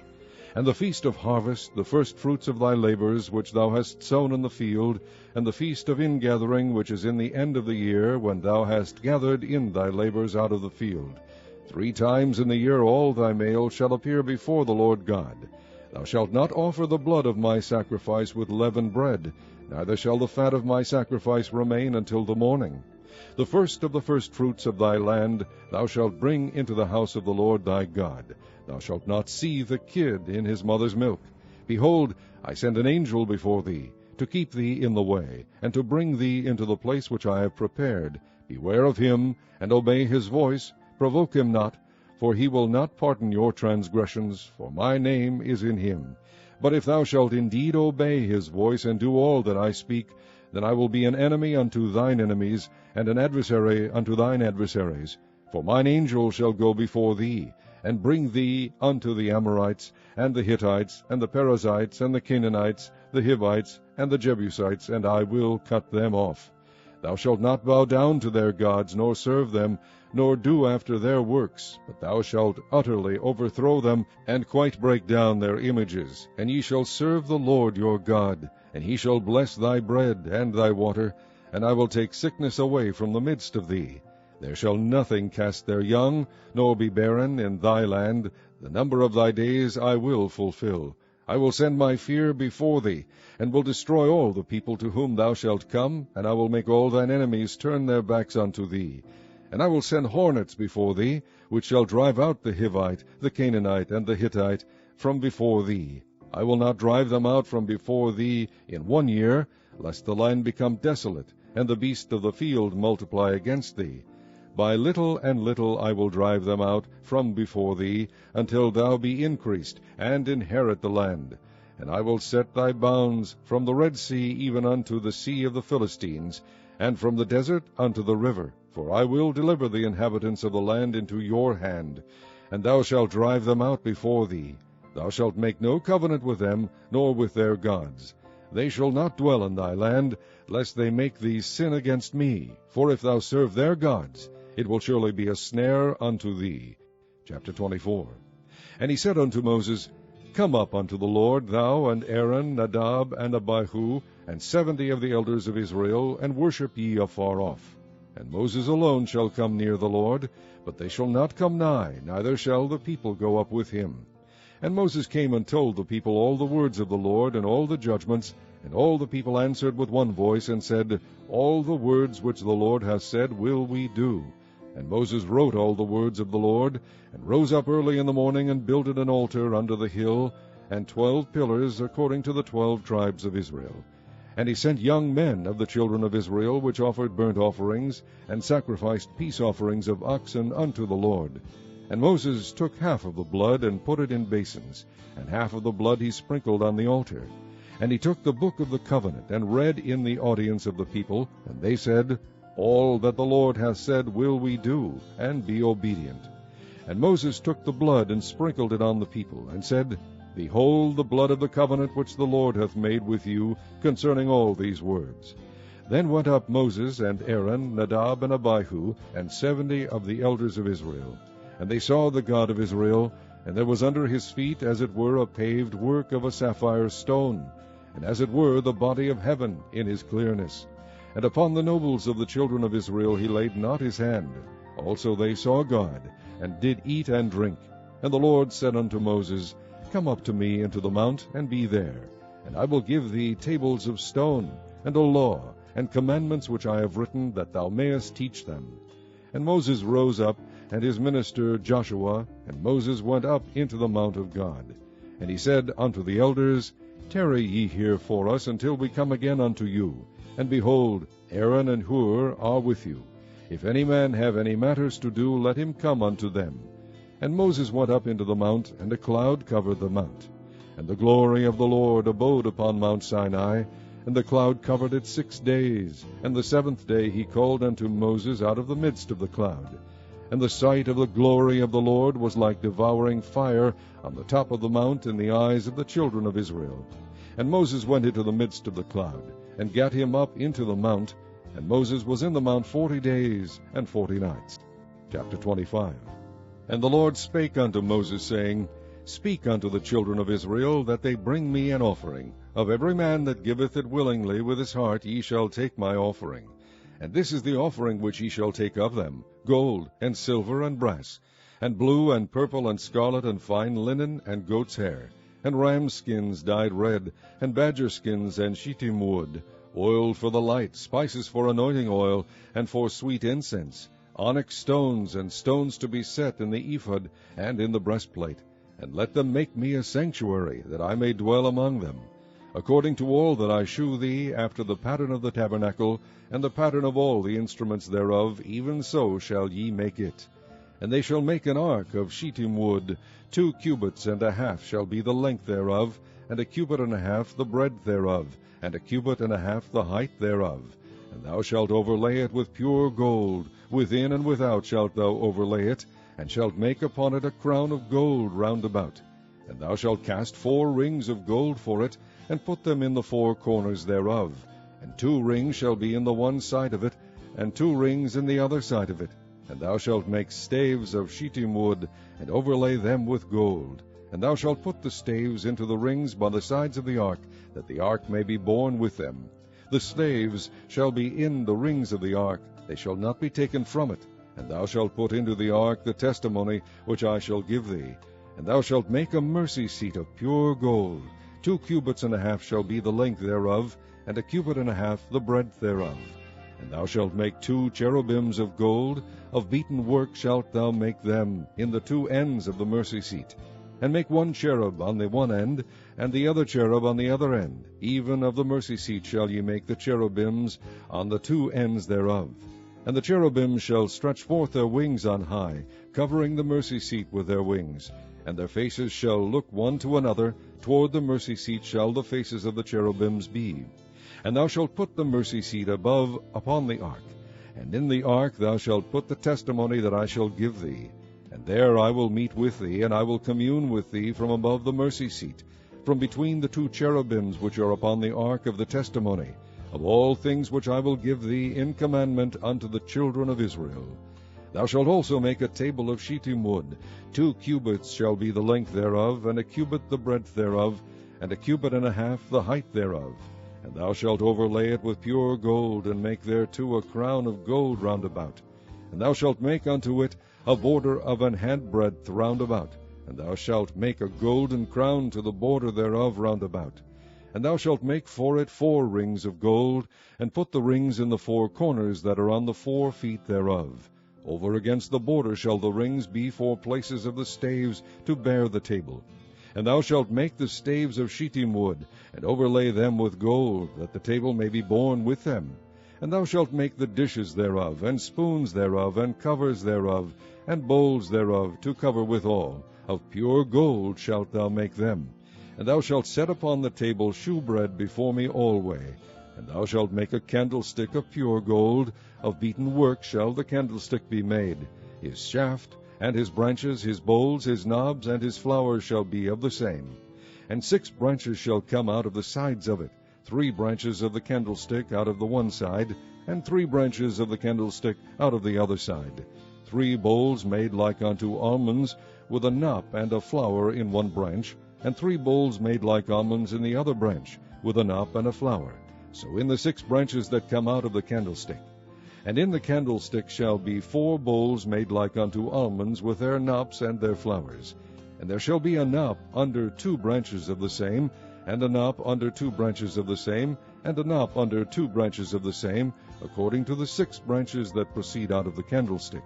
Their knops and their branches shall be of the same.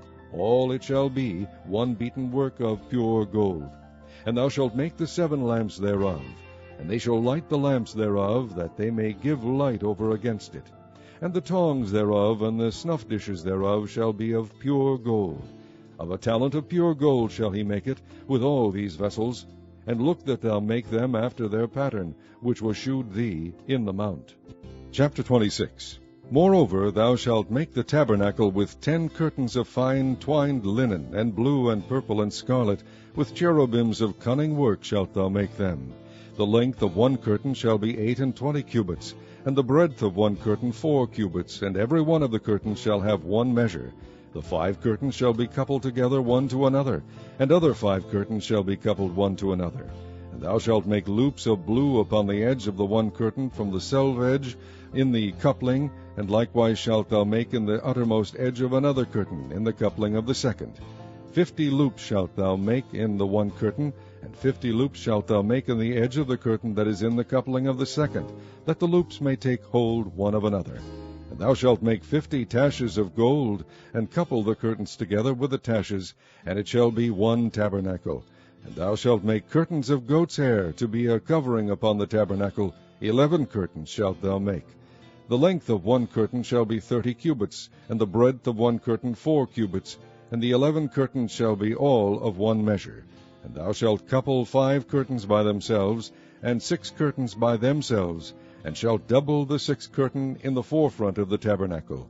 And thou shalt make 50 loops on the edge of the 1 curtain that is outmost in the coupling, and 50 loops in the edge of the curtain which coupleth the 2nd. And thou shalt make 50 taches of brass, and put the taches into the loops, and couple the tent together, that it may be one. And the remnant that remaineth of the curtains of the tent, the half curtain that remaineth, shall hang over the back side of the tabernacle, and a cubit on the one side, and a cubit on the other side of that which remaineth in the length of the curtains of the tent. It shall hang over the sides of the tabernacle on this side and on that side to cover it. And thou shalt make a covering for the tent of ram skins dyed red, and a covering above of badger skins. And thou shalt make boards for the tabernacle of shittim wood standing up. 10 cubits shall be the length of a board, and a cubit and a half shall be the breadth of 1 board. 2 tenons shall there be in 1 board, set in order one against another. Thus shalt thou make for all the boards of the tabernacle. And thou shalt make the boards for the tabernacle, 20 boards on the south side southward. And thou shalt make 40 sockets of silver under the 20 boards, 2 sockets under 1 board for his 2 tenons, and 2 sockets under another board for his 2 tenons. And for the 2nd side of the tabernacle on the north side there shall be 20 boards, and there 40 sockets of silver, 2 sockets under 1 board, and 2 sockets under another board. And for the skies of the tabernacle westward thou shalt make 6 boards, and 2 boards shalt thou make for the corners of the tabernacle in the 2 sides. And they shall be coupled together beneath, and they shall be coupled together above the head of it unto 1 ring. Thus shall it be for them both, they shall be for the 2 corners. And they shall be 8 boards, and their sockets of silver, 16 sockets, 2 sockets under 1 board, and 2 sockets under another board. And thou shalt make bars of shittim wood, 5 for the boards of the one side of the tabernacle, and 5 bars for the boards of the other side of the tabernacle, and 5 bars for the boards of the side of the tabernacle, for the 2 sides westward. And the middle bar in the midst of the boards shall reach from end to end. And thou shalt overlay the boards with gold, and make their rings of gold for places for the bars. And thou shalt overlay the bars with gold. And thou shalt rear up the tabernacle according to the fashion thereof which was shewed thee in the mount. And thou shalt make a veil of blue, and purple, and scarlet, and fine twined linen of cunning work, with cherubim shall it be made. And thou shalt hang it upon 4 pillars of shittim wood overlaid with gold. Their hooks shall be of gold, upon the 4 sockets of silver. And thou shalt hang up the veil under the taches, that thou mayest bring in thither within the veil the ark of the testimony. And the veil shall divide unto you between the holy place and the most holy. And thou shalt put the mercy seat upon the ark of the testimony in the most holy place. And thou shalt set the table without the veil, and the candlestick over against the table on the side of the tabernacle toward the south. And thou shalt put the table on the north side. And thou shalt make an hanging for the door of the tent of blue, and purple, and scarlet, and fine twined linen wrought with needlework. And thou shalt make for the hanging 5 pillars of shittim wood, and overlay them with gold, and their hooks shall be of gold, and thou shalt cast 5 sockets of brass for them. Chapter 27. And thou shalt make an altar of shittim wood, 5 cubits long and 5 cubits broad. The altar shall be 4 square, and the height thereof shall be 3 cubits. And thou shalt make the horns of it upon the 4 corners thereof. His horn shall be of the same, and thou shalt overlay it with brass. And thou shalt make his pans to receive his ashes, and his shovels, and his basins, and his flesh hooks, and his fire pans. All the vessels thereof thou shalt make of brass. And thou shalt make for it a grate of network of brass. And upon the net shalt thou make 4 brazen rings in the 4 corners thereof. And thou shalt put it under the compass of the altar beneath, that the net may be even to the midst of the altar. And thou shalt make staves for the altar, staves of shittim wood, and overlay them with brass. And the stave shall be put into the rings, and the stave shall be upon the 2 sides of the altar to bear it. Hollow with boards shalt thou make it, as it was shewed thee in the mount, so shall they make it.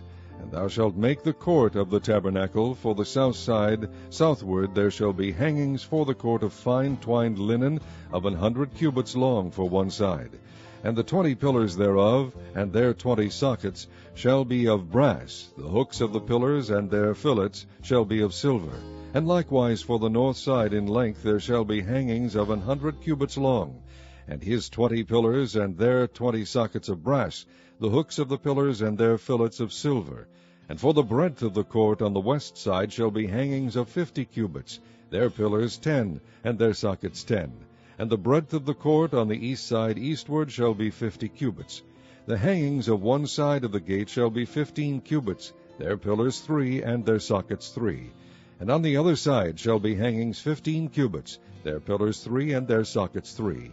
And for the gate of the court shall be an hanging of 20 cubits of blue, and purple, and scarlet, and fine twined linen wrought with needlework, and their pillars shall be 4, and their sockets 4.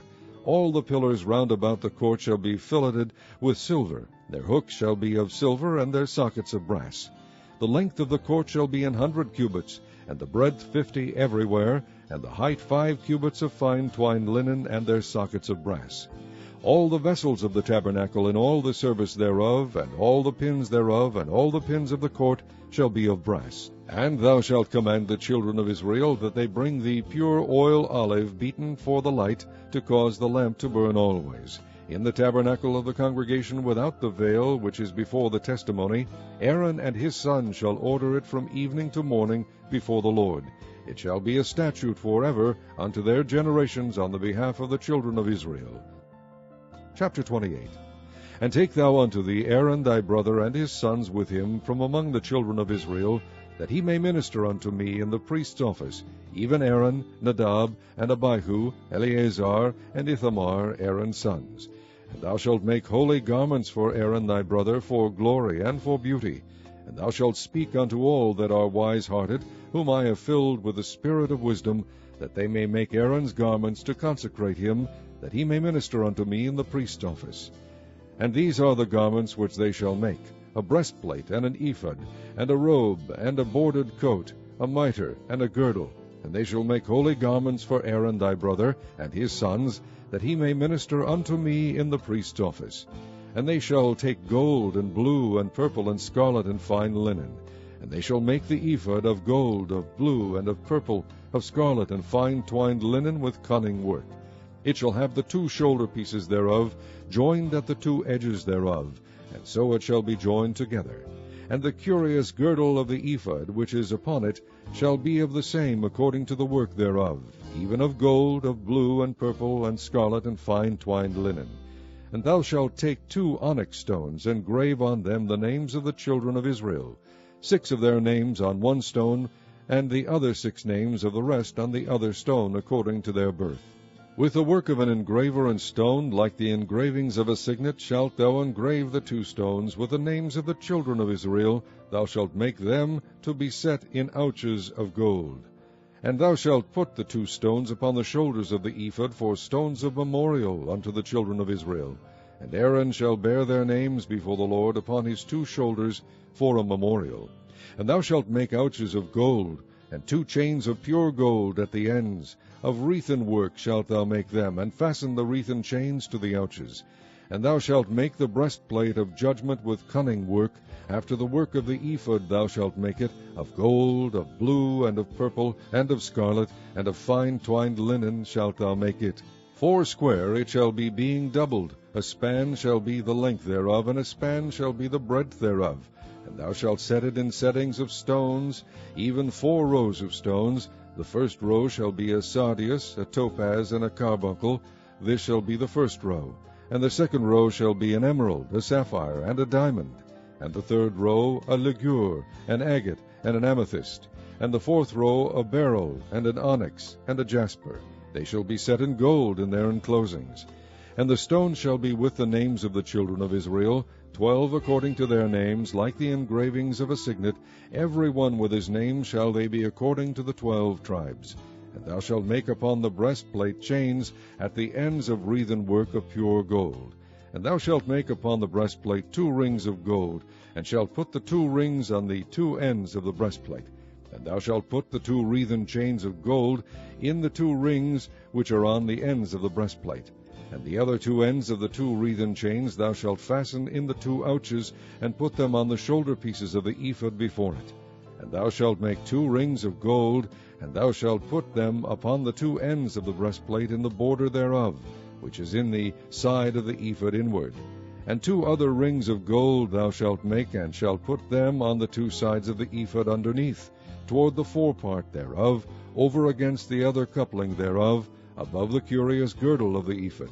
And they shall bind the breastplate by the rings thereof unto the rings of the ephod with a lace of blue, that it may be above the curious girdle of the ephod, and that the breastplate be not loosed from the ephod. And Aaron shall bear the names of the children of Israel in the breastplate of judgment upon his heart, when he goeth in unto the holy place, for a memorial before the Lord continually. And thou shalt put in the breastplate of judgment the Urim and the Thummim, and they shall be upon Aaron's heart, when he goeth in before the Lord. And Aaron shall bear the judgment of the children of Israel upon his heart before the Lord continually. And thou shalt make the robe of the ephod all of blue, and there shall be an hole in the top of it, in the midst thereof. It shall have a binding of woven work round about the hole of it, as it were the hole of a habergeon, that it be not rent. And beneath upon the hem of it thou shalt make pomegranates of blue, and of purple, and of scarlet, round about the hem thereof, and bells of gold between them round about. A gold bell and a pomegranate, a gold bell and a pomegranate, upon the hem of the robe round about. And it shall be upon Aaron to minister, and his sound shall be heard when he goeth in unto the holy place before the Lord, and when he cometh out, that he die not. And thou shalt make a plate of pure gold, and grave upon it, like the engravings of a signet, Holiness to the Lord. And thou shalt put it on a blue lace, that it may be upon the mitre. Upon the forefront of the mitre it shall be. And it shall be upon Aaron's forehead, that Aaron may bear the iniquity of the holy things, which the children of Israel shall hallow in all their holy gifts. And it shall be always upon his forehead, that they may be accepted before the Lord. And thou shalt embroider the coat of fine linen, and thou shalt make the mitre of fine linen, and thou shalt make the girdle of needlework. And for Aaron's sons thou shalt make coats, and thou shalt make for them girdles, and bonnets shalt thou make for them, for glory and for beauty. And thou shalt put them upon Aaron thy brother, and his sons with him, and shalt anoint them, and consecrate them, and sanctify them, that they may minister unto me in the priest's office. And thou shalt make them linen breeches to cover their nakedness. From the loins even unto the thighs they shall reach, and they shall be upon Aaron and upon his sons, when they come in unto the tabernacle of the congregation, or when they come near unto the altar to minister in the holy place, that they bear not iniquity and die. It shall be a statute for ever unto him and his seed after him. Chapter 29. And this is the thing that thou shalt do unto them to hallow them, to minister unto me in the priest's office. Take 1 young bullock, and 2 rams without blemish, and unleavened bread, and cakes unleavened tempered with oil, and wafers unleavened anointed with oil, of wheaten flour shalt thou make them. And thou shalt put them into one basket, and bring them in the basket with the bullock and the 2 rams. And Aaron and his sons thou shalt bring unto the door of the tabernacle of the congregation, and shalt wash them with water. And thou shalt take the garments, and put upon Aaron the coat, and the robe of the ephod, and the breastplate, and gird him with the curious girdle of the ephod. And thou shalt put the mitre upon his head, and put the holy crown upon the mitre. Then shalt thou take the anointing oil, and pour it upon his head, and anoint him. And thou shalt bring his sons, and put coats upon them. And thou shalt gird them with girdles, Aaron and his sons, and put the bonnets on them. And the priest's office shall be theirs for a perpetual statute. And thou shalt consecrate Aaron and his sons.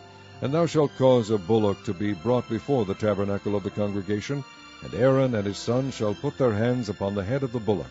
And thou shalt kill the bullock before the Lord by the door of the tabernacle of the congregation. And thou shalt take of the blood of the bullock, and put it upon the horns of the altar with thy finger, and pour all the blood beside the bottom of the altar. And thou shalt take all the fat that covereth the inwards, and the caul that is above the liver, and the 2 kidneys, and the fat that is upon them, and burn them upon the altar. But the flesh of the bullock, and his skin, and his dung, shalt thou burn with fire without the camp. It is a sin offering. Thou shalt also take 1 ram, and Aaron and his sons shall put their hands upon the head of the ram. And thou shalt slay the ram, and thou shalt take his blood, and sprinkle it round about upon the altar.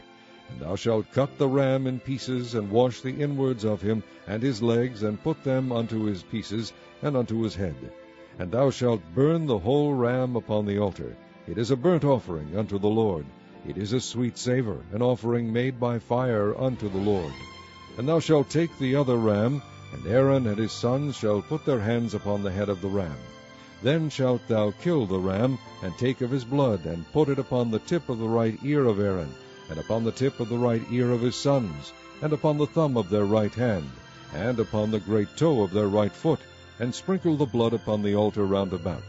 And thou shalt take of the blood that is upon the altar, and of the anointing oil, and sprinkle it upon Aaron, and upon his garments, and upon his sons, and upon the garments of his sons with him. And he shall be hallowed, and his garments, and his sons' garments with him. Also thou shalt take of the ram the fat of the rump, and the fat that covereth the inwards, and the caul above the liver, and the 2 kidneys, and the fat that is upon them, and the right shoulder, for it is a ram of consecration. And 1 loaf of bread, and 1 cake of oiled bread, and 1 wafer out of the basket of the unleavened bread that is before the Lord. And thou shalt put all in the hands of Aaron, and in the hands of his sons, and shalt wave them for a wave offering before the Lord. And thou shalt receive them in their hands, and burn them upon the altar for a burnt offering, for a sweet savour before the Lord. It is an offering made by fire unto the Lord. And thou shalt take the breast of the ram of Aaron's consecration, and wave it for a wave offering before the Lord, and it shall be thy part. And thou shalt sanctify the breast of the wave offering, and the shoulder of the heave offering, which is waved, and which is heaved up, of the ram of the consecration, even of that which is for Aaron, and of that which is for his sons. And it shall be Aaron's and his sons by a statute forever from the children of Israel. For it is an heave offering, and it shall be an heave offering from the children of Israel of the sacrifice of their peace offerings, even their heave offering unto the Lord. And the holy garments of Aaron shall be his sons after him, to be anointed therein, and to be consecrated in them. And that son that is priest in his stead shall put them on 7 days, when he cometh into the tabernacle of the congregation, to minister in the holy place. And thou shalt take the ram of the consecration, and seethe his flesh in the holy place. And Aaron and his sons shall eat the flesh of the ram, and the bread that is in the basket, by the door of the tabernacle of the congregation. And they shall eat those things wherewith the atonement was made, to consecrate and to sanctify them. But a stranger shall not eat thereof, because they are holy. And if aught of the flesh of the consecrations or of the bread remain unto the morning, then thou shalt burn the remainder with fire. It shall not be eaten, because it is holy. And thus shalt thou do unto Aaron and to his sons, according to all things which I have commanded thee. 7 days shalt thou consecrate them. And thou shalt offer every day a bullock for a sin offering for atonement. And thou shalt cleanse the altar, when thou hast made an atonement for it, and thou shalt anoint it to sanctify it. 7 days thou shalt make an atonement for the altar, and sanctify it, and it shall be an altar most holy. Whatsoever toucheth the altar shall be holy.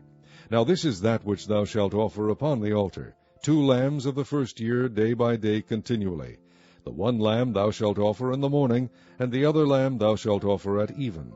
And with the one lamb 1/10 deal of flour mingled with the 4th part of an hin of beaten oil, and the 4th part of an hin of wine for a drink offering. And the other lamb thou shalt offer at even, and shalt do thereto according to the meat offering of the morning, and according to the drink offering thereof, for a sweet savour, an offering made by fire unto the Lord. This shall be a continual burnt offering throughout your generations, at the door of the tabernacle of the congregation before the Lord, where I will meet you to speak there unto thee. And there I will meet with the children of Israel, and the tabernacle shall be sanctified by my glory. And I will sanctify the tabernacle of the congregation, and the altar. I will sanctify also both Aaron and his sons, to minister to me in the priest's office. And I will dwell among the children of Israel, and will be their God. And they shall know that I am the Lord their God, that brought them forth out of the land of Egypt, that I may dwell among them. I am the Lord their God. Chapter 30. And thou shalt make an altar to burn incense upon, of shittim wood shalt thou make it. A cubit shall be the length thereof, and a cubit the breadth thereof. foursquare shall it be, and 2 cubits shall be the height thereof. The horns thereof shall be of the same. And thou shalt overlay it with pure gold, the top thereof, and the sides thereof round about, and the horns thereof. And thou shalt make unto it a crown of gold round about. And 2 golden rings shalt thou make to it under the crown of it. By the 2 corners thereof, upon the 2 sides of it shalt thou make it. And they shall be for places for the slaves to bear it withal. And thou shalt make the staves of shittim wood, and overlay them with gold.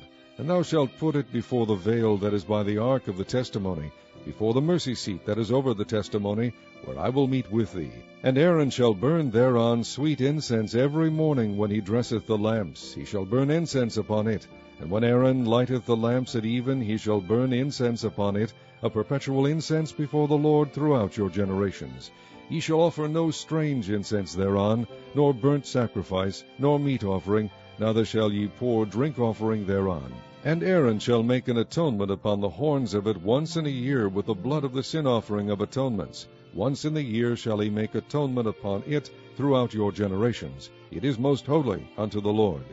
And the Lord spake unto Moses, saying, When thou takest the sum of the children of Israel after their number, then shall they give every man a ransom for his soul unto the Lord, when thou numberest them, that there be no plague among them when thou numberest them. This they shall give, every one that passeth among them that are numbered, half a shekel after the shekel of the sanctuary. A shekel is 20 gerahs, and half shekel shall be the offering of the Lord. Every one that passeth among them that are numbered, from 20 years old and above, shall give an offering unto the Lord.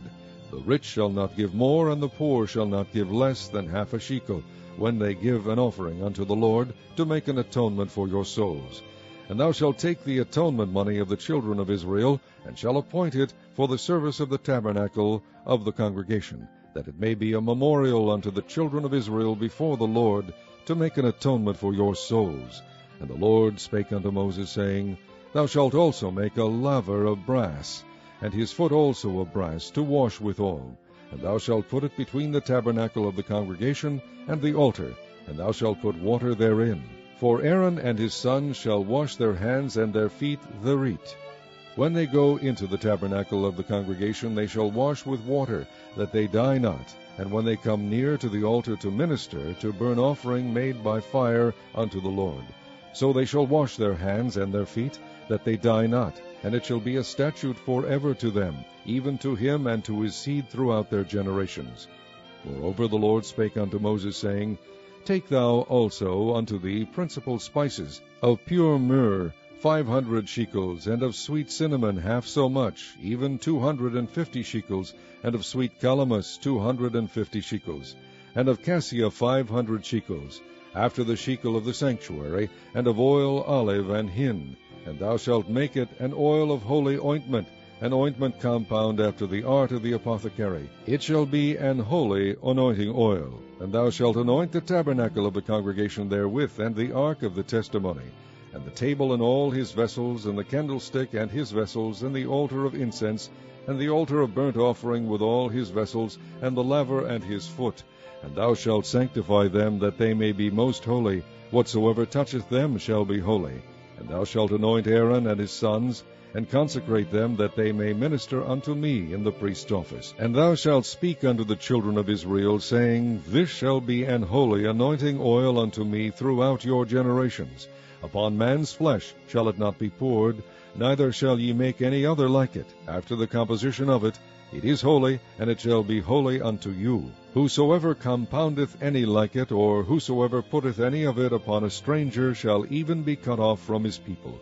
And the Lord said unto Moses, Take unto the sweet spices, stacte, and onycha, and galbanum, these sweet spices with pure frankincense, of each shall there be a like weight. And thou shalt make it a perfume, a confection after the art of the apothecary, tempered together, pure and holy. And thou shalt beat some of it very small, and put of it before the testimony in the tabernacle of the congregation, where I will meet with thee. It shall be unto you most holy. And as for the perfume which thou shalt make, ye shall not make to yourselves according to the composition thereof. It shall be unto thee holy for the Lord. Whosoever shall make like unto that, to smell thereto, shall even be cut off from his people. Chapter 31. And the Lord spake unto Moses, saying, See, I have called by name Bezaleel, the son of Uri, the son of Hur, of the tribe of Judah. And I have filled him with the Spirit of God in wisdom, and in understanding, and in knowledge, and in all manner of workmanship, to devise cunning works, to work in gold, and in silver, and in brass, and in cutting of stones to set them, and in carving of timber, to work in all manner of workmanship. And I, behold, I have given with him Oholiab, the son of Ahisamach, of the tribe of Dan. And in the hearts of all that are wise-hearted I have put wisdom, that they may make all that I have commanded thee, the tabernacle of the congregation, and the ark of the testimony, and the mercy seat that is thereupon, and all the furniture of the tabernacle, and the table and his furniture, and the pure candlestick with all his furniture, and the altar of incense, and the altar of burnt offering with all his furniture, and the laver and his foot, and the cloths of service, and the holy garments for Aaron the priest, and the garments of his sons to minister in the priest's office, and the anointing oil and sweet incense for the holy place, according to all that I have commanded thee shall they do. And the Lord spake unto Moses, saying, Speak thou also unto the children of Israel, saying, Verily my Sabbaths ye shall keep, for it is a sign between me and you throughout your generations, that ye may know that I am the Lord that doth sanctify you. Ye shall keep the Sabbath therefore, for it is holy unto you. Every one that defileth it shall surely be put to death. For whosoever doeth any work therein, that soul shall be cut off from among his people. 6 days may work be done, but in the 7th is the Sabbath of rest, holy to the Lord. Whosoever doeth any work in the Sabbath day, he shall surely be put to death. Wherefore the children of Israel shall keep the Sabbath, to observe the Sabbath throughout their generations for a perpetual covenant. It is a sign between me and the children of Israel forever. For in 6 days the Lord made heaven and earth, and on the 7th day he rested and was refreshed. And he gave unto Moses, when he had made an end of communing with him upon Mount Sinai, 2 tables of testimony, tables of stone, written with a finger of God. Chapter 32. And when the people saw that Moses delayed to come down out of the mount, the people gathered themselves together unto Aaron, and said unto him, Up, make us gods, which shall go before us. For as for this Moses, the man that brought us up out of the land of Egypt, we wot not what is become of him. And Aaron said unto them, Break off the golden earrings which are in the ears of your wives, of your sons, and of your daughters, and bring them unto me. And all the people brake off the golden earrings which were in their ears, and brought them unto Aaron. And he received them at their hand, and fashioned it with a graving tool, after he had made it a molten calf. And they said, These be thy gods, O Israel, which brought thee up out of the land of Egypt. And when Aaron saw it, he built an altar before it, and Aaron made proclamation, and said, Tomorrow is a feast to the Lord. And they rose up early on the morrow, and offered burnt offerings, and brought peace offerings. And the people sat down to eat and to drink, and rose up to play. And the Lord said unto Moses, Go, get thee down, for thy people which thou broughtest out of the land of Egypt have corrupted themselves. They have turned aside quickly out of the way which I commanded them. They have made them a molten calf, and have worshipped it, and have sacrificed thereunto, and said, These be thy gods, O Israel, which have brought thee up out of the land of Egypt. And the Lord said unto Moses, I have seen this people, and behold, it is a stiff-necked people. Now therefore let me alone, that my wrath may wax hot against them, and that I may consume them, and I will make of thee a great nation. And Moses besought the Lord his God, and said, Lord, why doth thy wrath wax hot against thy people, which thou hast brought forth out of the land of Egypt with great power and with a mighty hand? Wherefore should the Egyptians speak and say, For mischief did he bring them out, to slay them in the mountains, and to consume them from the face of the earth? Turn from thy fierce wrath, and repent of this evil against thy people. Remember Abraham, Isaac, and Israel thy servants, to whom thou swarest by thine own self, and saidst unto them, I will multiply your seed as the stars of heaven, and all this land that I have spoken of will I give unto your seed, and they shall inherit it forever. And the Lord repented of the evil which he thought to do unto his people. And Moses turned and went down from the mount, and the 2 tables of the testimony were in his hand. And the tables were written on both their sides, on the one side and on the other were they written. And the tables were the work of God, and the writing was the writing of God, graven upon the tables. And when Joshua heard the noise of the people as they shouted, he said unto Moses, There is a noise of war in the camp. And he said, It is not the voice of them that shout for mastery, neither is it the voice of them that cry for being overcome, but the noise of them that sing do I hear. And it came to pass, as soon as he came nigh unto the camp, that he saw the calf and the dancing. And Moses' anger waxed hot, and he cast the tables out of his hands, and brake them beneath the mount. And he took the calf which they had made, and burnt it in the fire, and ground it to powder, and strawed it upon the water, and made the children of Israel drink of it. And Moses said unto Aaron, What did this people unto thee, that thou hast brought so great a sin upon them? And Aaron said, Let not the anger of my Lord wax hot. Thou knowest the people, that they are set on mischief. For they said unto me, Make us gods, which shall go before us. For as for this Moses, the man that brought us up out of the land of Egypt, we wot not what is become of him. And I said unto them, Whosoever hath any gold, let them break it off. So they gave it me. Then I cast it into the fire, and there came out this calf. And when Moses saw that the people were naked, for Aaron had made them naked unto their shame among their enemies, then Moses stood in the gate of the camp, and said, Who is on the Lord's side? Let him come unto me. And all the sons of Levi gathered themselves together unto him. And he said unto them, Thus saith the Lord God of Israel, Put every man his sword by his side, and go in and out from the gate to gate throughout the camp, and slay every man his brother, and every man his companion, and every man his neighbor. And the children of Levi did according to the word of Moses, and there fell of the people that day about 3,000 men. For Moses had said, Consecrate yourselves today to the Lord, even every man upon his son, and upon his brother, that he may bestow upon you a blessing this day. And it came to pass on the morrow, that Moses said unto the people, Ye have sinned a great sin, and now I will go up unto the Lord, peradventure I shall make an atonement for your sin. And Moses returned unto the Lord, and said, O this people have sinned a great sin, and have made them gods of gold. Yet now, if thou wilt forgive their sin, and if not, blot me, I pray thee, out of thy book which thou hast written. And the Lord said unto Moses, Whosoever hath sinned against me, him will I blot out of my book. Therefore go now, lead the people unto the place of which I have spoken unto thee. Behold, mine angel shall go before thee. Nevertheless, in the day when I will visit their sin upon them. And the Lord plagued the people, because they made the calf which Aaron made. Chapter 33.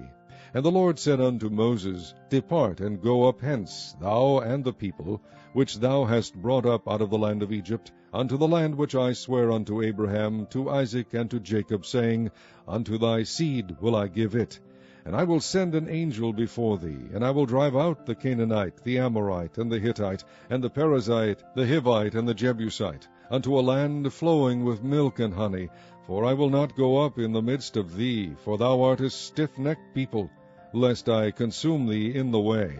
And when the people heard these evil tidings, they mourned, and no man did put on him his ornaments.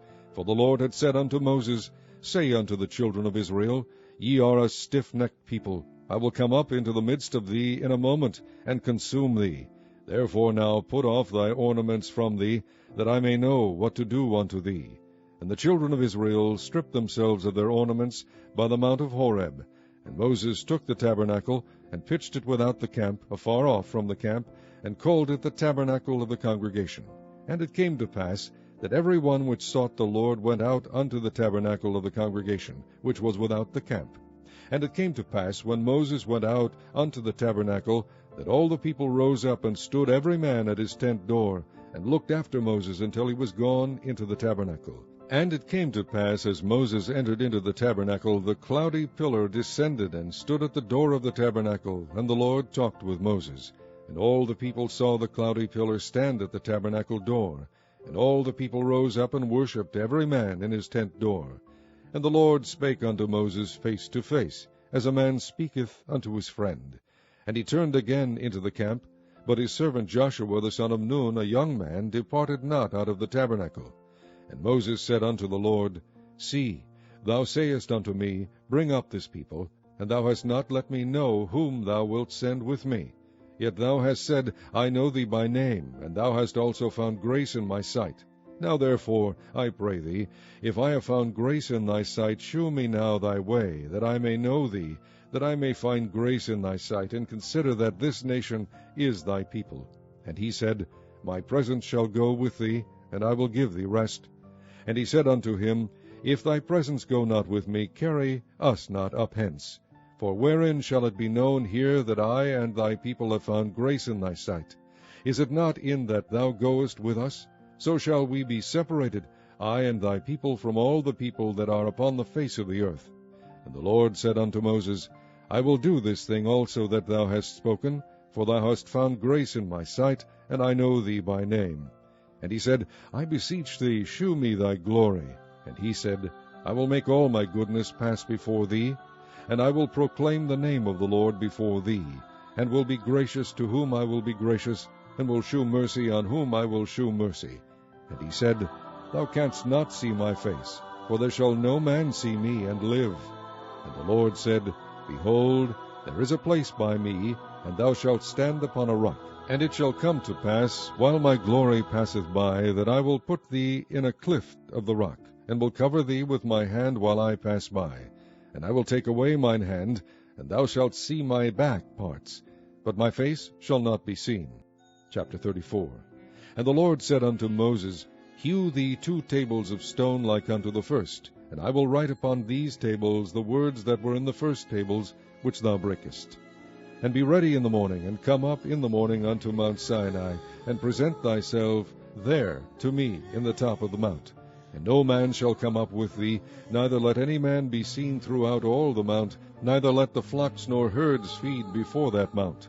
And he hewed 2 tables of stone like unto the first. And Moses rose up early in the morning, and went up unto Mount Sinai, as the Lord had commanded him, and took in his hand the 2 tables of stone. And the Lord descended in the cloud, and stood with him there, and proclaimed the name of the Lord. And the Lord passed by before him, and proclaimed, the Lord God, merciful and gracious, long-suffering, and abundant in goodness and truth, keeping mercy for thousands, forgiving iniquity and transgression and sin, and that will by no means clear the guilty, visiting the iniquity of the fathers upon the children, and upon the children's children unto the 3rd and to the 4th generation. And Moses made haste, and bowed his head toward the earth, and worshipped. And he said, If now I have found grace in thy sight, O Lord, let my Lord, I pray thee, go among us. For it is a stiff-necked people, and pardon our iniquity and our sin, and take us for thine inheritance. And he said, Behold, I make a covenant. Before all thy people I will do marvels, such as have not been done in all the earth, nor in any nation. And all the people among which thou art shall see the work of the Lord, for it is a terrible thing that I will do with thee.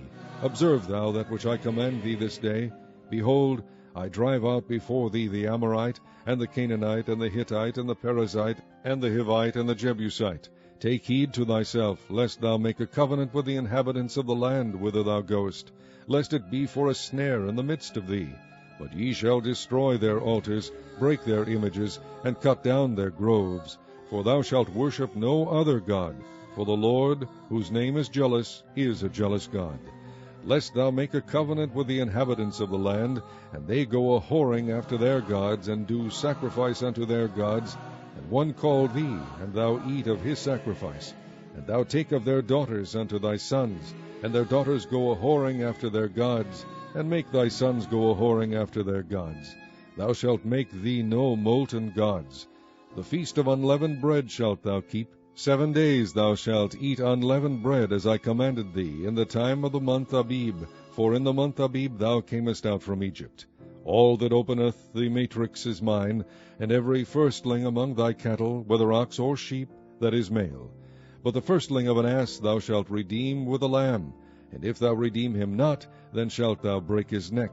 All the firstborn of thy sons thou shalt redeem, and none shall appear before me empty. 6 days thou shalt work, but on the 7th day thou shalt rest. In earing time and in harvest thou shalt rest. And thou shalt observe the feast of weeks, of the first fruits of wheat harvest, and the feast of ingathering at the year's end. Thrice in the year shall all your men children appear before the Lord God, the God of Israel. For I will cast out the nations before thee, and enlarge thy borders. Neither shall any man desire thy land, when thou shalt go up to appear before the Lord thy God thrice in the year. Thou shalt not offer the blood of my sacrifice with leaven, neither shall the sacrifice of the feast of the Passover be left unto the morning. The first of the firstfruits of thy land thou shalt bring unto the house of the Lord thy God. Thou shalt not see the kid in his mother's milk. And the Lord said unto Moses, Write thou these words, for after the tenor of these words I have made a covenant with thee and with Israel. And he was there with the Lord 40 days and 40 nights. He did neither eat bread nor drink water. And he wrote upon the tables the words of the covenant, the 10 commandments. And it came to pass, when Moses came down from Mount Sinai, with the 2 tables of testimony in Moses' hand, when he came down from the mount, that Moses wist not that the skin of his face shone while he talked with him. And when Aaron and all the children of Israel saw Moses, behold, the skin of his face shone, and they were afraid to come nigh him. And Moses called unto them, and Aaron and all the rulers of the congregation returned unto him. And Moses talked with them. And afterward all the children of Israel came nigh, and he gave them in commandment all that the Lord had spoken with him in Mount Sinai. Until Moses had done speaking with them, he put a veil on his face. But when Moses went in before the Lord to speak with him, he took the veil off until he came out. And he came out, and spake unto the children of Israel that which he was commanded.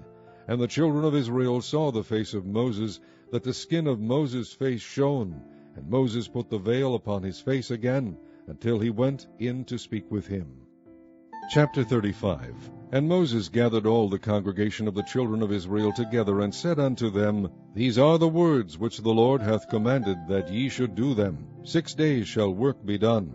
But on the 7th day there shall be to you an holy day, a Sabbath of rest to the Lord. Whosoever doeth work therein shall be put to death. Ye shall kindle no fire throughout your habitations upon the Sabbath day.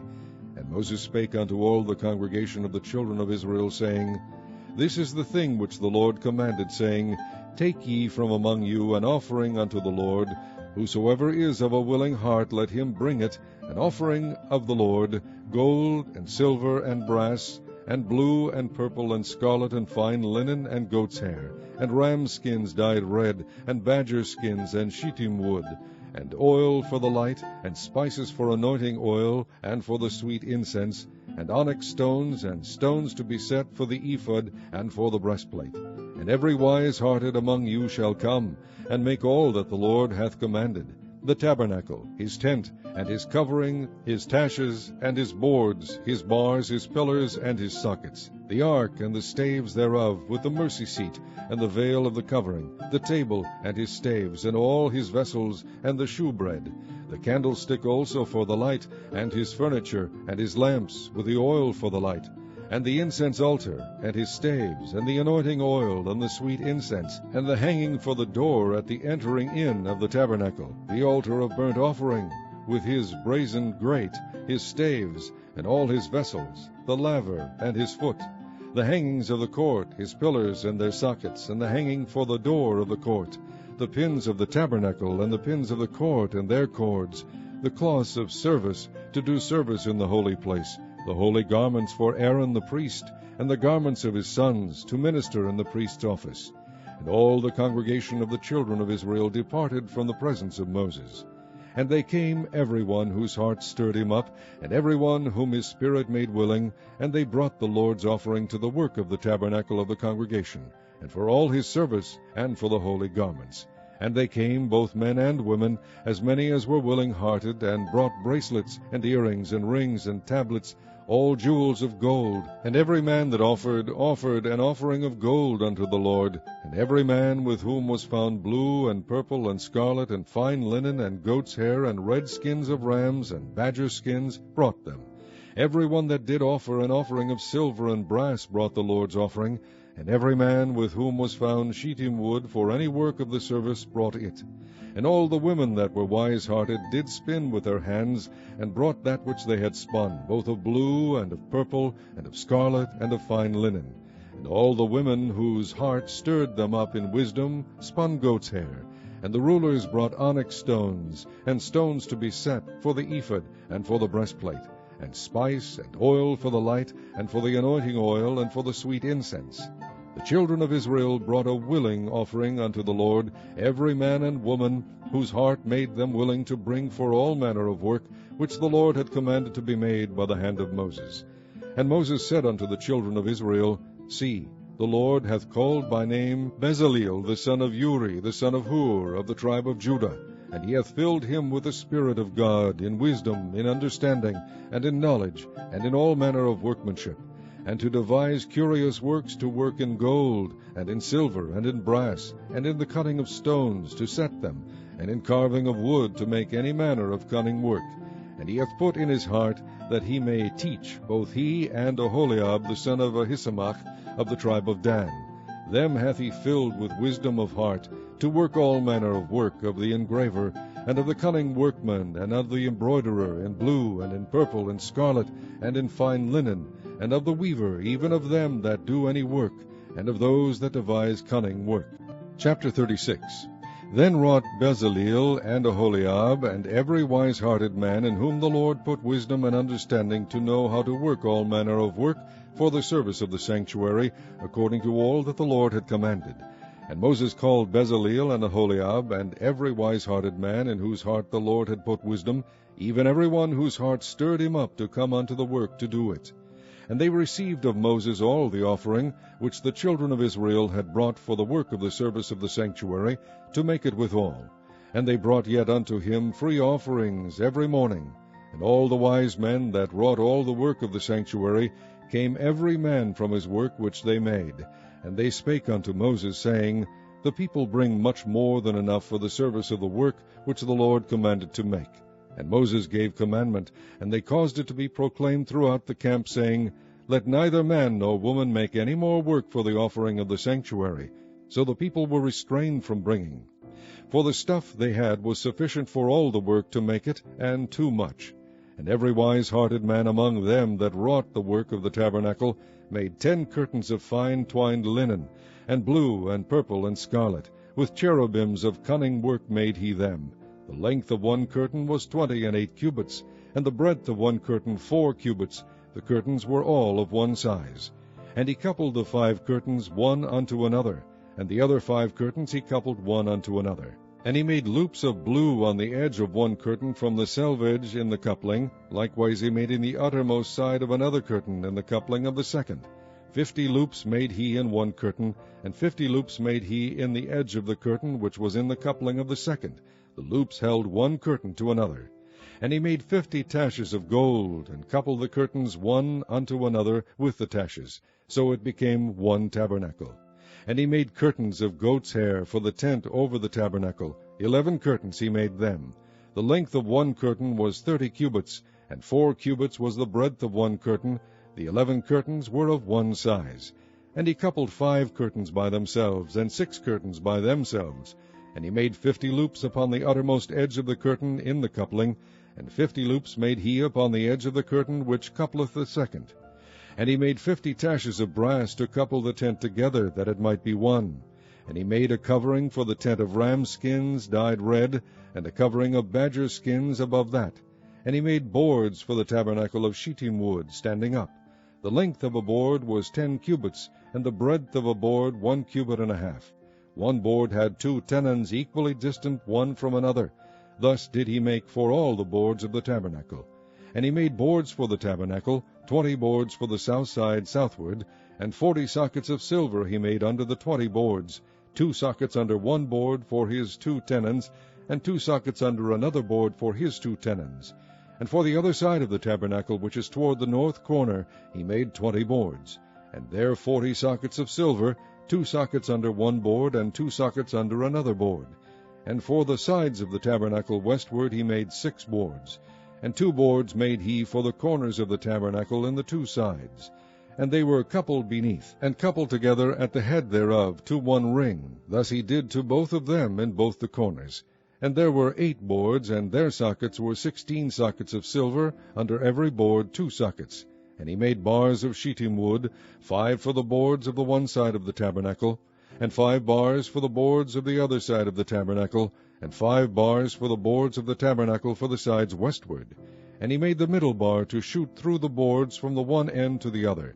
And he overlaid the boards with gold, and made their rings of gold to be places for the bars, and overlaid the bars with gold.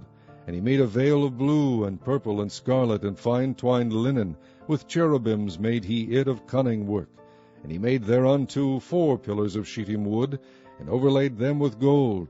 Their hooks were of gold, and he cast for them 4 sockets of silver. And he made an hanging for the tabernacle door of blue, and purple, and scarlet, and fine twined linen of needlework, and the 5 pillars of it with their hooks, and he overlaid their chapiters and their fillets with gold, but their 5 sockets were of brass. Chapter 37. And Bezaleel made the ark of shittim wood. 2 cubits and a half was the length of it, and 1 cubit and a half the breadth of it, and 1 cubit and a half the height of it. And he overlaid it with pure gold within and without, and made a crown of gold to it round about. And he cast for it 4 rings of gold to be set by the 4 corners of it, even 2 rings upon the one side of it, and 2 rings upon the other side of it. And he made staves of shittim wood, and overlaid them with gold. And he put the staves into the rings by the sides of the ark to bear the ark. And he made the mercy seat of pure gold. 2 cubits and a half was the length thereof, and 1 cubit and a half the breadth thereof. And he made 2 cherubims of gold, beaten out of one piece made he them, on the 2 ends of the mercy seat, 1 cherub on the end on this side, and another cherub on the other end on that side. Out of the mercy seat made he the cherubims on the 2 ends thereof.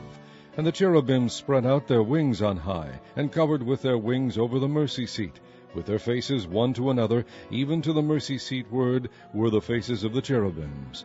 And he made the table of shittim wood. 2 cubits was the length thereof, and 1 cubit the breadth thereof, and 1 cubit and a half the height thereof. And he overlaid it with pure gold, and made thereunto a crown of gold round about. Also he made thereunto a border of an handbreadth round about, and made a crown of gold for the border thereof round about. And he cast for it 4 rings of gold, and put the rings upon the 4 corners that were in the 4 feet thereof. Over against the border were the rings, and the places for the staves to bear the table. And he made the staves of shittim wood, and overlaid them with gold to bear the table. And he made the vessels which were upon the table, his dishes, and his spoons, and his bowls, and his covers to cover withal, of pure gold. And he made the candlestick of pure gold. Of beaten work made he the candlestick. His shaft, and his branch, his bowls, his knops, and his flowers were of the same. And 6 branches going out of the sides thereof, 3 branches of the candlestick out of the one side thereof, and 3 branches of the candlestick out of the other side thereof. 3 bowls made after the fashion of almonds in one branch, a knop and a flower, and 3 bowls made like almonds in another branch, a knop and a flower, so throughout the 6 branches going out of the candlestick. And in the candlestick were 4 bowls made like almonds, his knops and his flowers, and a knop under 2 branches of the same, and a knop under 2 branches of the same, and a knop under 2 branches of the same, according to the 6 branches going out of it. Their knops and their branches were of the same. All of it was one beaten work of pure gold. And he made his 7 lamps and his snuffers and his snuff dishes of pure gold. Of a talent of pure gold made he it and all the vessels thereof. And he made the incense altar of shittim wood. The length of it was a cubit, and the breadth of it a cubit. It was 4 square, and 2 cubits was the height of it. The horns thereof were of the same. And he overlaid it with pure gold, both the top of it and the sides thereof round about, and the horns of it. Also he made unto it a crown of gold round about. And he made 2 rings of gold for it under the crown thereof, by the 2 corners of it, upon the 2 sides thereof, to be places for the staves to bear it withal. And he made the staves of shittim wood, and overlaid them with gold. And he made the holy anointing oil, and the pure incense of sweet spices, according to the work of the apothecary. Chapter 38. And he made the altar of burnt offering of shittim wood. 5 cubits was the length thereof, and 5 cubits the breadth thereof. It was 4 square, and 3 cubits the height thereof. And he made the horns thereof on the 4 corners of it. The horns thereof were of the same, and he overlaid it with brass. And he made all the vessels of the altar, the pots, and the shovels, and the basins, and the flesh hooks, and the fire pans. All the vessels thereof made he of brass. And he made for the altar a brazen grate of network under the compass thereof, beneath unto the midst of it. And he cast 4 rings for the 4 ends of the grate of brass, to be places for the staves. And he made the staves of shittim wood, and overlaid them with brass. And he put the staves into the rings on the sides of the altar, to bear it withal. He made the altar hollow, with boards. And he made the laver of brass, and the foot of it of brass, of the looking-glass of the women assembling, which assembled all the door of the tabernacle of the congregation. And he made the court on the south side southward. The hangings of the court were of fine twined linen, 100 cubits. Their pillars were 20, and their brazen sockets 20. The hooks of the pillars and their fillets were of silver. And for the north side the hangings were 100 cubits. Their pillars were 20, and their sockets of brass 20. The hooks of the pillars and their fillets of silver. And for the west side were hangings of 50 cubits. Their pillars 10, and their sockets 10. The hooks of the pillars and their fillets of silver. And for the east side eastward 50 cubits. The hangings of the one side of the gate were 15 cubits. Their pillars 3, and their sockets 3. And for the other side of the court gate, on this hand and that hand, were hangings of 15 cubits. Their pillars 3, and their sockets 3. All the hangings of the court round about were of fine twined linen, and the sockets for the pillars were of brass, the hooks of the pillars and their fillets of silver, and the overlaying of their chapiters of silver, and all the pillars of the court were filleted with silver. And the hanging for the gate of the court was needlework of blue and purple and scarlet and fine twined linen. And 20 cubits was the length, and the height in the breadth was 5 cubits, answerable to the hangings of the court. And their pillars were 4, and their sockets of brass 4, their hooks of silver, and the overlaying of their chapiters and their fillets of silver. And all the pins of the tabernacle and the court round about were of brass.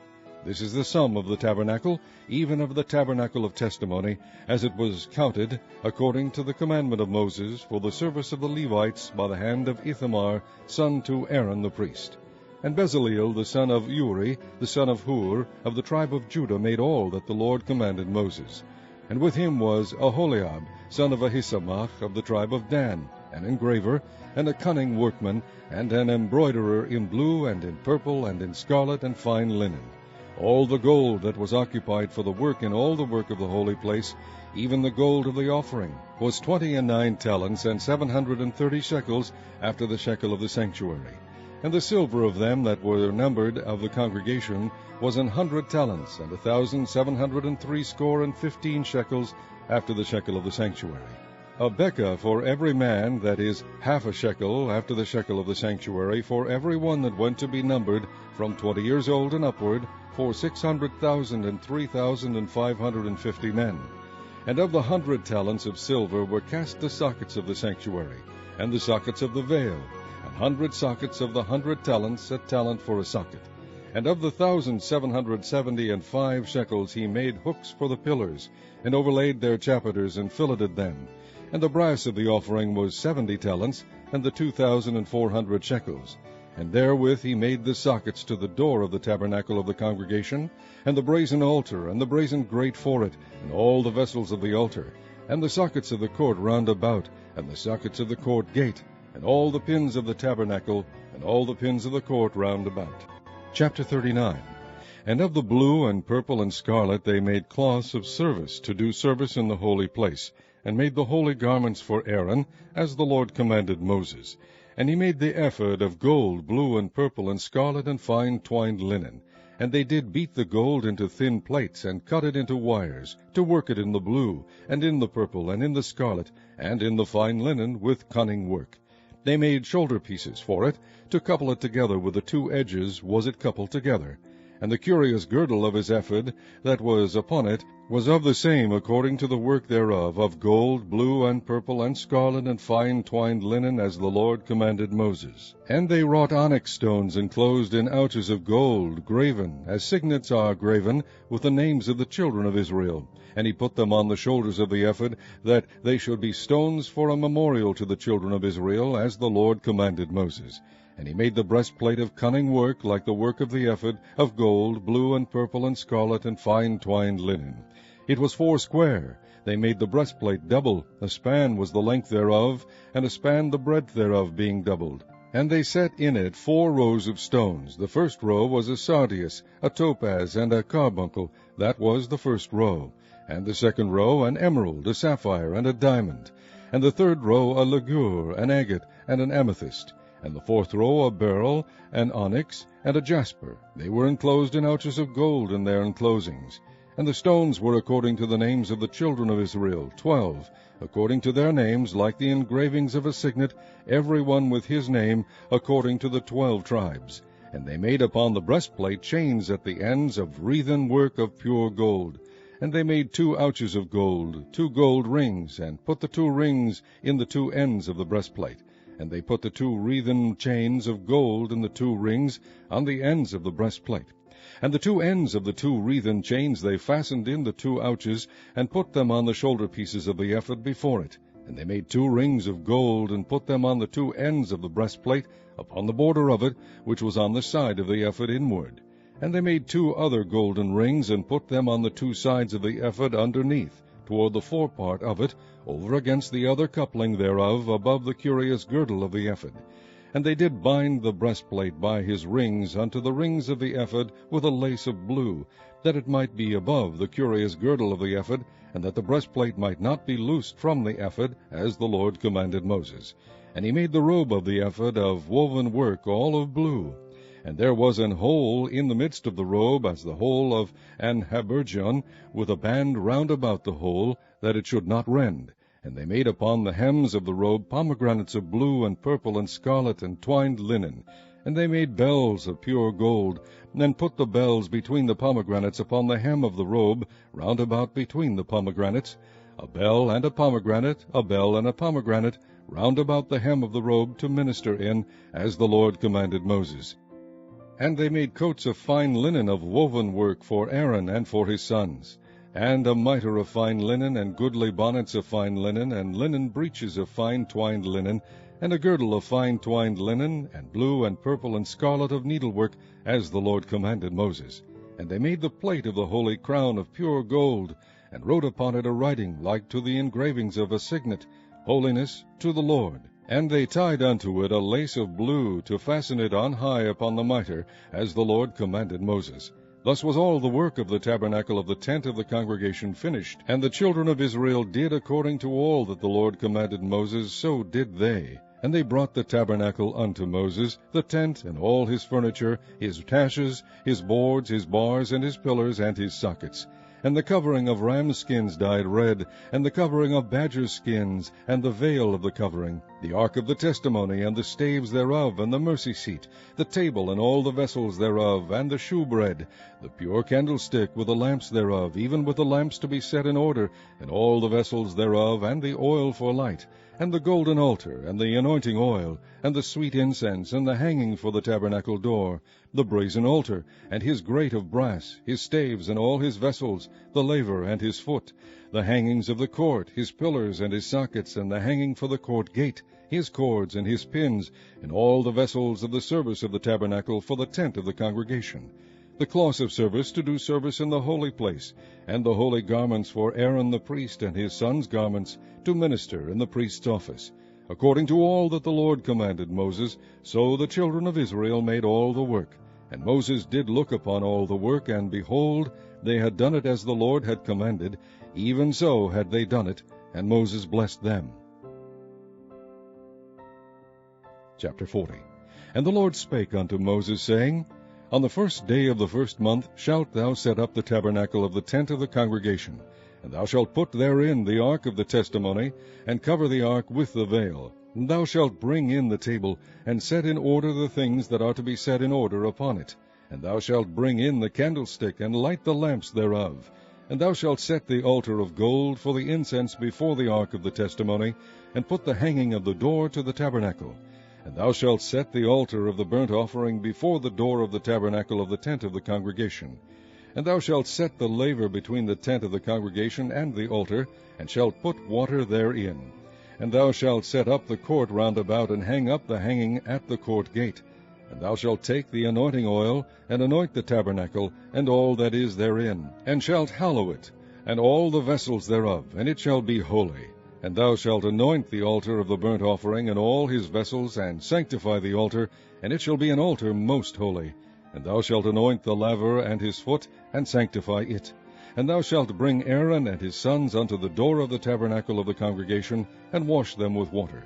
And thou shalt put upon Aaron the holy garments, and anoint him, and sanctify him, that he may minister unto me in the priest's office. And thou shalt bring his sons, and clothe them with coats. And thou shalt anoint them, as thou didst anoint their father, that they may minister unto me in the priest's office. For their anointing shall surely be an everlasting priesthood throughout their generations. Thus did Moses, according to all the Lord commanded him, so did he. And it came to pass, in the first month, in the second year, on the first day of the month, that the tabernacle was reared up. And Moses reared up the tabernacle, and fastened his sockets, and set up the boards thereof, and put in the bars thereof, and reared up his pillars. And he spread abroad the tent over the tabernacle, and put the covering of the tent above it, as the Lord commanded Moses. And he took and put the testimony into the ark, and set the staves on the ark, and put the mercy seat above upon the ark. And he brought the ark into the tabernacle, and set up the veil of the covering, and covered the ark of the testimony, as the Lord commanded Moses.